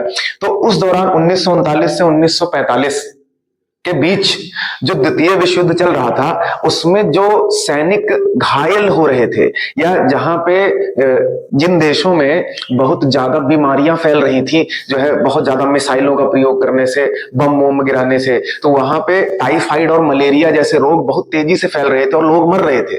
तो डीडीटी की इस खोज ने बहुत सारे लोगों की जान बचाई, क्योंकि ये डीडीटी मच्छरों को मारने और कीटों को मारने की दवा के रूप में यूज किया गया। और आप अच्छी तरह जानते हो मलेरिया मच्छरों के कारण फैलता है। टाइफाइड जो होता है वो दूषित जल, दूषित भोजन, मक्खियों आदि के द्वारा फैलाया जाता है ना। तो इस तरह से डीडीटी का छिड़काव कर देने की वजह से जहां पे मच्छर पनपते थे वो मच्छर मर जाते थे, जिससे कि मलेरिया की काफी बड़े स्तर पर रोकथाम की जा सकी और बहुत सारे लोगों की जान द्वितीय विश्व युद्ध के दौरान इस डीडीटी ने बचाई। समझे? इसीलिए इनकी इस महत्वपूर्ण खोज के लिए इनको नोबेल दिया गया। ऐसे ही नहीं नोबेल दे दिया जाता, कोई बहुत बड़ा काम जब कोई वैज्ञानिक करता है तब उसको नोबेल दिया जाता है। समझे बात को? तो ये था। अब आगे देखो, तो ये इनको नोबेल मिल गया। अब एक बड़ी इंपॉर्टेंट बात और हुई। क्या हुई वो इंपॉर्टेंट बात? कि 1962 सन 1962 एक आपके साइंटिस्ट थे, राचेल नाम के साइंटिस्ट थे, राचेल नाम के थे। इन्होंने एक किताब लिखी जिसका नाम था क्या, इसका नाम याद नहीं आ रहा है। इनकी एक किताब थी, उस किताब में इन्होंने जो है क्या किया, डीडीटी के पर्यावरण पर प्रभाव के बारे में बताया कि डीडीटी का प्रयोग तो आप कर रहे हो मच्छर मारने के रूप में, लेकिन ये पर्यावरण को बहुत ज्यादा प्रभावित करता है, पर्यावरण को बहुत ज्यादा प्रभावित करता है। जैसे मान लीजिए कहीं पे अगर हम मच्छर मारने के लिए, कीड़े मारने के लिए डीडीटी का छिड़काव कर देंगे, जैसे आपको पता है हमारे खेतों में जो फसलें लगती हैं उनमें भी तो अनेक प्रकार के कीट लग जाते हैं, तो डीडीटी का छिड़काव कर देने पर कीड़ों को मार देगा। डीडीटी कीड़ों को मार देता है, इसमें कोई संदेह नहीं, क्योंकि डीडीटी की मात्रा कीड़ों के नर्वस सिस्टम पे जाके काम करती है। जैसे जब डीडीटी का छिड़काव कीड़े के ऊपर करोगे तो डीडीटी उनकी बॉडी में जाएगा, उनके नर्वस सिस्टम को ब्लॉक कर देगा और कीड़ा मर जाएगा। इसीलिए इस तरह से कीटनाशक का कार्य करता है डीडीटी। लेकिन जब कहीं पर डीडीटी का छिड़काव किया जाता है तो ये डीडीटी पर्यावरण में वैसे के वैसे बना रहता है, यानी ये कभी भी पर्यावरण से नष्ट नहीं होता। और ऐसा पदार्थ जो पर्यावरण से कभी नष्ट ना हो उसको क्या बोलते हैं? उसको क्या बोलते हैं? जैविक अनअपघट्य, जैव अनअपघट्य, जैव अनअपघट्य, यानी ऐसा पदार्थ जिसका सूक्ष्म जीव अपघटन नहीं कर पाते, बायो इनडिग्रेडेबल, यानी जिसका जो है सूक्ष्म जीव अपघटन ना कर पाए। जैसे आप जानते हो प्लास्टिक को अगर आप मिट्टी में डाल दीजिए, दबा दीजिए, 100 साल बाद भी वैसे ही वहां पड़ी मिलेगी तुमको। प्लास्टिक सड़ती नहीं, आप जानते हो। अभी पॉलीथीन को, पन्नी जो जिसको आप बोलते हो, उसको मिट्टी में डाल दीजिए कहीं पे तो वैसी की वैसी पड़ी रहेगी, सड़ेगी नहीं कि सड़ेगी। नाइलॉन हो गया, वो भी जैविक अपघट्य, यानी ऐसे पदार्थ जिनका जैविक अपघटन नहीं होता, जिनका सूक्ष्म जीव अपघटन नहीं कर पाते, उनको बोला जाता है जैव अनअपघट्य। क्या बोला जाता है? जैव अनअपघट्य। तो हुआ क्या, इन्होंने 1962 में राचल ने इन्होंने क्या किया, अपनी एक किताब में डीडीटी के पर्यावरण पर प्रभाव के बारे में बताया, और यह बताया कि डीडीटी एक जैव अनअपघट्य है। यानी अगर आप किसी फसल पे डीडीटी का छिड़काव कर दो तो फसल पर मौजूद कीड़ों को तो मार देगा, लेकिन वहां से उस फसल पर से डीडीटी खत्म नहीं होगा। डीडीटी की मात्रा उस फसल के अंदर एब्जॉर्ब हो जाएगी, और उसी फसल से जब हमारा अनाज तैयार होगा उसको खाने पर वो अनाज के माध्यम से डीडीटी मानव की बॉडी में आ जाएगा, और मानव की बॉडी में आने के बाद ये खतरनाक कैंसर उत्पन्न करेगा। क्या उत्पन्न करेगा? कैंसर। और इसने मानव पर तो प्रभाव डाला ही डाला, साथ में ये पक्षियों के लिए बड़ा हानिकारक सिद्ध हुआ, क्योंकि आपको पता है पक्षी भी तो अनाज के दाने खाते हैं। जैसे पक्षी ये करता क्या है कि जैसे मान लीजिए कहीं पे आपने डीडीटी का छिड़काव किया किसी फसल के ऊपर, और उस फसल के दानों को आकर के किसी जो है पक्षी ने खा लिया, तो डीडीटी चला गया उस पक्षी के अंदर, और उस पक्षी ने जब जनन किया, अंडे दिए, तो उसके ऊपर के अंडों का छिलका पतला हो गया, जिससे कि उस पक्षी के अंडों की क्वालिटी गड़बड़ हो गई, और उससे पैदा होने वाले पक्षी जो है वो आए ही नहीं, मर गए, अंडा पहले ही नष्ट हो गया, जिसके कारण बहुत सारी पक्षियों की प्रजातियां विलुप्तता की कगार पे पहुंच गई। और ये सारी चीजें पता करने में बताओ 1939 में इसके गुणों का पता चला, 1962 में पता चला कि ये पर्यावरण पे बहुत घातक प्रभाव डाल रहा है। तो कितने साल बाद पता चला बताओ? 39, 49, 59, 20 और 23 साल बाद, 23 साल लग गए ये पता करने में कि डीडीटी पर्यावरण पे बहुत घातक प्रभाव डाल रहा है। डीडीटी जैविक अनअपघट्य है, और इनको जो है इन्होंने 1962 में ये बात बताई राचल ने कि जो है पर्यावरण पे डीडीटी का बहुत ही घातक प्रभाव पड़ता है। कीड़ों को तो मार दिया जाता है इसकी सहायता से, लेकिन इसकी मात्रा पर्यावरण से कभी नष्ट नहीं होती और ये अप्रत्यक्ष रूप से फसलों से होता हुआ, पानी से होता हुआ मानव और अन्य जीवों की बॉडी में संचित हो जाता है। जैसे जैसे किसी फसल पे डीडीटी छिड़का, मान लो आपके खेत में धान की फसल लगी हुई है, उसमें कीड़ा लग गया और आपने क्या किया, उस पर डीडीटी का छिड़काव कर दिया, कीड़े मारने के लिए डीडीटी का छिड़काव कर दिया। अब होगा क्या कि डीडीटी की मात्रा वो धान के पौधे में एब्जॉर्ब हो जाएगी और उससे जो चावल तैयार होगा, उस चावल को जब आप खाओगे तो डीडीटी इनडायरेक्टली आपके वसा ऊतकों में जाके संचित हो जाएगा और वसा ऊतकों में संचित होने के बाद ये हमारी बॉडी के अंदर कैंसर उत्पन्न कर सकता है। लीवर का कैंसर, फेफड़ों का कैंसर, खतरनाक कैंसर की बीमारी जो है इसकी वजह से हो सकती है। तो ये बात इन्होंने बताई और फिर हुआ क्या, जब ये बात पता चली कि डीडीटी पर्यावरण पे बहुत ज्यादा प्रभाव डाल रहा है, तो सबसे पहले 1974 में अमेरिका ने डीडीटी पे प्रतिबंध लगा दिया। अमेरिका ने क्या किया, अमेरिका ने डीडीटी पर प्रतिबंध लगा दिया।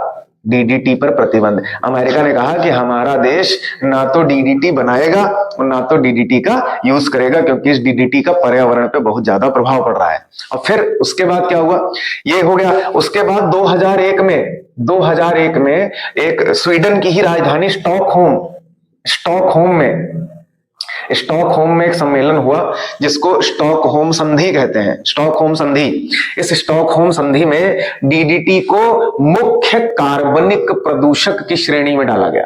कार्बनिक प्रदूषक मतलब जिसमें कार्बन और हाइड्रोजन दोनों आ रहे हो और जो पर्यावरण को प्रदूषित करने का काम कर रहा हो। तो स्टॉकहोम संधि में 2001 में डीडीटी को बोला गया ये मुख्य कार्बनिक प्रदूषक है, मुख्य कार्बनिक प्रदूषक।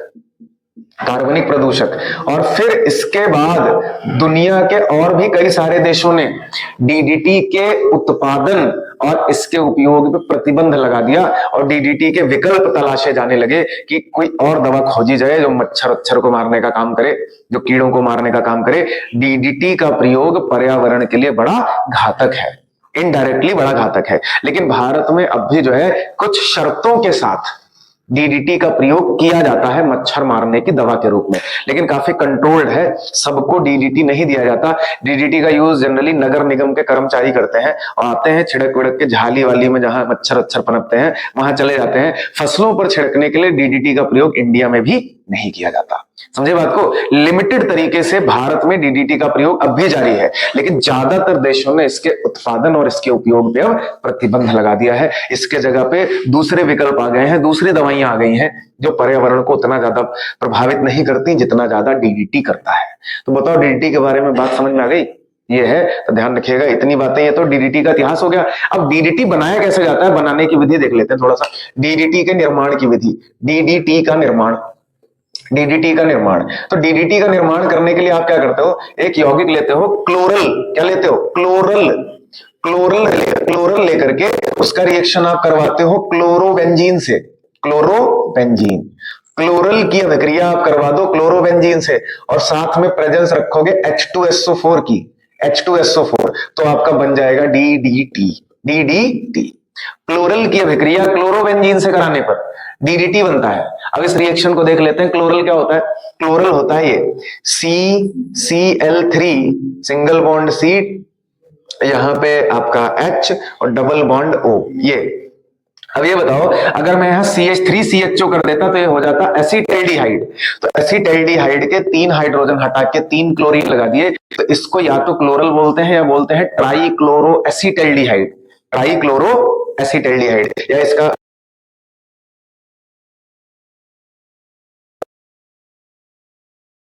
साथ क्लोरोबेंजीन। आप जानते हो क्लोरोबेंजीन क्या होती है, ये है हमारी क्लोरोबेंजीन। बेंजीन रिंग के साथ क्या जोड़ते हैं, ये ऐसे। बताओ ये क्लोरोबेंजीन है, ये बेंजीन बनाई मैंने और यहाँ पे इधर मैंने जोड़ दिया Cl। एक और 2 क्लोरोबेंजीन के अणु लेने पड़ेंगे, तो 2 क्लोरोबेंजीन मैंने ऊपर नीचे बना लिया ऐसे। देखो कैसे बनाना है डीडीटी, ये निर्माण की विधि ज्यादा पूछी जाती है। अब ये ऐसे लिख ली मैंने, 2 अणु क्लोरोबेंजीन, एरो लगा करके लिख लीजिए क्या, H2SO4 एरो के ऊपर H2SO4।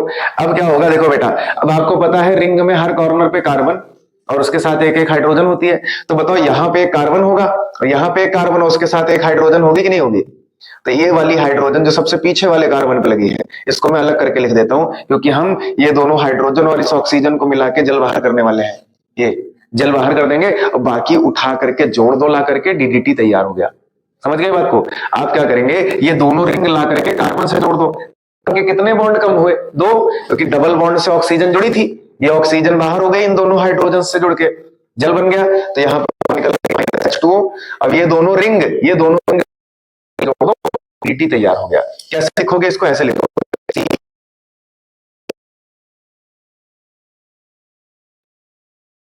रिंग और ये वाली रिंग दोनों कार्बन से जोड़ देते हैं। ये जोड़ दी ला करके, ये एक यहां जोड़ दी मैंने, और इधर क्या लगा है? Cl, और दूसरी रिंग यहाँ कार्बन से नीचे लटका देते हैं। दोनों रिंग कार्बन से ही तो जोड़ोगे। ये डबल सिंगल डबल, और यहाँ पे क्या है? Cl। ये देखो, इसी का नाम है डीडीटी। डीडीटी क्या नाम है? डीडीटी का पूरा नाम क्या है? डाई क्लोरो, बताओ, ट्राई क्लोरो, सॉरी कितने क्लोरो आ रहे हैं? डाई क्लोरो, सॉरी दो क्लोरो तो आ रहा है, डाई क्लोरो। डाई क्लोरो, एक क्लोरो ये आ रहा है, डाई एक क्लोरो ये आ रहा है, dichloro. Dichloro, dichloro, chloro, और रिंग का नाम आप जानते हो फेनिल होता है। तो dichloro diphenyl, diphenyl, diphenyl, और तीन बार क्लोरो यहां आ रहा है, ट्राई क्लोरो, और दो कार्बन आ रहे हैं तो ethane, trichloro ethane. Dichloro diphenyl trichloro, trichloro ethane, ethane, और शॉर्ट में इसी को बोलते हैं डीडीटी। डीडीटी, समझे बात को? तो डीडीटी का निर्माण करने का यह तरीका होता है कि क्लोरल की अभिक्रिया क्लोरोबेंजीन से करवा देते हैं तो डीडीटी बन जाता है। डीडीटी बन जाता है। बाकी पर्यावरण पे प्रभाव वगैरह मैंने आपको बता ही दिया कि पर्यावरण पे कैसे प्रभाव डालता है, कि डीडीटी की मात्रा जो है वो आपकी फसलों में संचित होती रहती है। फसलों के माध्यम से ये जीवों की बॉडी में, जंतुओं के शरीर में आ जाती है, और जंतुओं के शरीर में ये इकट्ठा होता रहता है। और जब कोई केमिकल इनडायरेक्टली, डायरेक्ट नहीं, अब डायरेक्ट तो तुम डीडीटी खाओगे नहीं, मर जाओगे नहीं, तो अति अल्प मात्रा में, अति अल्प मात्रा में फसलों के माध्यम से ये डीडीटी मानव में और अन्य जंतुओं की बॉडी में संचित होता रहता है। और जब कोई केमिकल फसलों के माध्यम से या पानी के माध्यम से किसी जंतु की बॉडी में आकर के संचित हो जाए तो ऐसी प्रक्रिया को, इस प्रोसेस को बोलते हैं जैव आवर्धन। क्या बोलते हैं? जैव आवर्धन, बायोमैग्निफिकेशन, जैव आवर्धन। तो जैव आवर्धन की क्रिया के द्वारा डीडीटी जंतुओं में और मानव की बॉडी में आके संचित होता रहता है, और ये मानव में और जंतुओं में कैंसर जैसे घातक रोग उत्पन्न करने का काम करता है। समझ गए? अब डीडीटी बनाने की विधि हो गई। उपयोग आप थोड़ा सा एक दो लिख सकते हो। उपयोग क्या है? उपयोग होता है प्रबल कीटनाशी के रूप में, प्रबल कीटनाशी के रूप में किया जाता था। बहुत ही लिमिटेड यूज होता है, बता दिया मैंने कारण। प्रबल कीटनाशी के रूप में। और दूसरा क्या लिख सकते हो? मच्छर मारने की दवा के रूप में, मच्छर मारने की दवा के रूप में, मच्छर मारने की दवा के रूप में। बस पर्यावरण पे प्रभाव मैंने बता ही दिया। सुना ही आपने, इतनी सारी बातें सुनी, अब दो चार बात तो याद ही रहेगी। क्यों? ये सन-वन कोई याद करने की आवश्यकता नहीं, पेपर में नहीं पूछेंगे। मैंने आपको वैसी जानकारी के लिए बता दिया कि खोज वगैरह क्या हुई। समझे बात को? सीधा सा ये ध्यान रखना, डीडीटी बनाने की विधि आपको याद होनी चाहिए, इसका उपयोग पर्यावरण पे प्रभाव। अगर पर्यावरण पे प्रभाव आ जाए कि डीडीटी का पर्यावरण पे क्या प्रभाव पड़ता है, तो बड़ा सिंपली आप लिखोगे कि डीडीटी एक जैव अनपघट्य होता है। यह सूक्ष्म जीवों द्वारा घटित नहीं होता।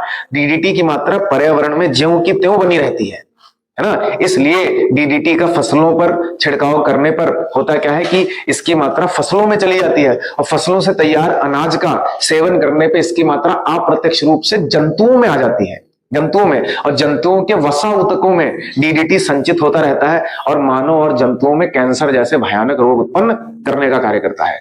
इसी वजह से डीडीटी के पर्यावरण पे हानिकारक प्रभाव को देखते हुए 1974 में अमेरिका ने प्रतिबंध लगाया, और 2001 में स्टॉकहोम संधि में विश्व के और भी बहुत सारे देशों ने डीडीटी के उत्पादन और इसके उपयोग पे प्रतिबंध लगा दिया। लेकिन भारत में अब भी जो है लिमिटेड तरीके से डीडीटी का उपयोग जारी है, जो मच्छर मारने की दवा के रूप में किया जाता है। समझ गए? तो ये डीडीटी के बारे में हमारा कंप्लीट हो गया। अब इसी के साथ हमारा ये चैप्टर भी कंप्लीट हो गया। अब एक गैमेक्सीन के बारे में था, तो वो आपके सिलेबस का पार्ट है नहीं। गैमेक्सीन जो होती है उसको BHC भी बोला जाता है, बेंजीन हेक्साक्लोराइड। उसका एक सिंपल सा रिएक्शन होता है कि आप क्या करते हो, बेंजीन लेते हो, देख लेते हैं, बेंजीन लेकर के, बेंजीन लेते हैं, बेंजीन जानते हो ना, अल्टरनेट डबल बॉन्ड के अंदर, और इसका रिएक्शन करवा देते हैं क्लोरीन के साथ और ले लेते हैं धूप। बेंजीन का रिएक्शन धूप में क्लोरीन के साथ कराने पे ये बनती है बेंजीन हेक्साक्लोराइड। ये अंदर के सारे डबल बॉन्ड टूटेंगे, हर जगह क्लोरीन चिपका दो, यहाँ क्लोरीन, यहाँ क्लोरीन, यहाँ क्लोरीन, यहाँ क्लोरीन, यहाँ क्लोरीन, यहाँ क्लोरीन, और ये 3 बार ले लो, 6 क्लोरीन लगाए हैं आपने। तो ये जो आपका बना इसको बोला जाता है BHC। BHC benzene hexachloride, benzene hexachloride, या इसी का नाम है गैमेक्सीन। क्या नाम है? गैमेक्सीन। सुने हो ना, गांवों में बोलते हैं गैमेक्सीन, पिया दिया तो है गैमेक्सीन। तो गैमेक्सीन क्या होती है? ये भी एक कीटनाशक है जो DDT का विकल्प के तौर पे यूज की जाती है। ये उतना ज्यादा हानिकारक नहीं है जितना ज्यादा DDT होता है, समझ गए? तो गैमेक्सीन बनाने के लिए बेंजीन का क्लोरीनीकरण कर देते हैं धूप में। धूप में अगर धूप नहीं लोगे तो गड़बड़ हो जाएगा मामला, तब ये ऑर्थो पैरा डायरेक्टिंग वाला मामला हो जाएगा। धूप की प्रेजेंस में क्या होता है, पाई बॉन्ड टूटता है, फ्री रेडिकल बनेगा, फ्री रेडिकल, यहां से फ्री रेडिकल, यहां फ्री रेडिकल, और ये सारे के सारे अंदर वाले तीनों पाई बॉन्ड टूट जाएंगे और 6 जगह क्लोरीन जाकर के लग जाएगा, बेंजीन हेक्साक्लोराइड बन जाएगा, BHC बन जाएगा, जो एक ये भी एक कीटनाशी होता है, कीड़े मारने की दवा के रूप में यूज किया जाता है। समझ गए? चलो, तो ये हमारा अब ये चैप्टर खत्म हो गया है, halo alkane and hello arene complete हो गया पूरा। तो नोट करेंगे, DDT और गैमेक्सीन भी नोट कर लो, फिर आगे हम लोग अगला चैप्टर हम शुरू करेंगे, अल्कोहल, फिनॉल एंड ईथर। चलो नोट करो।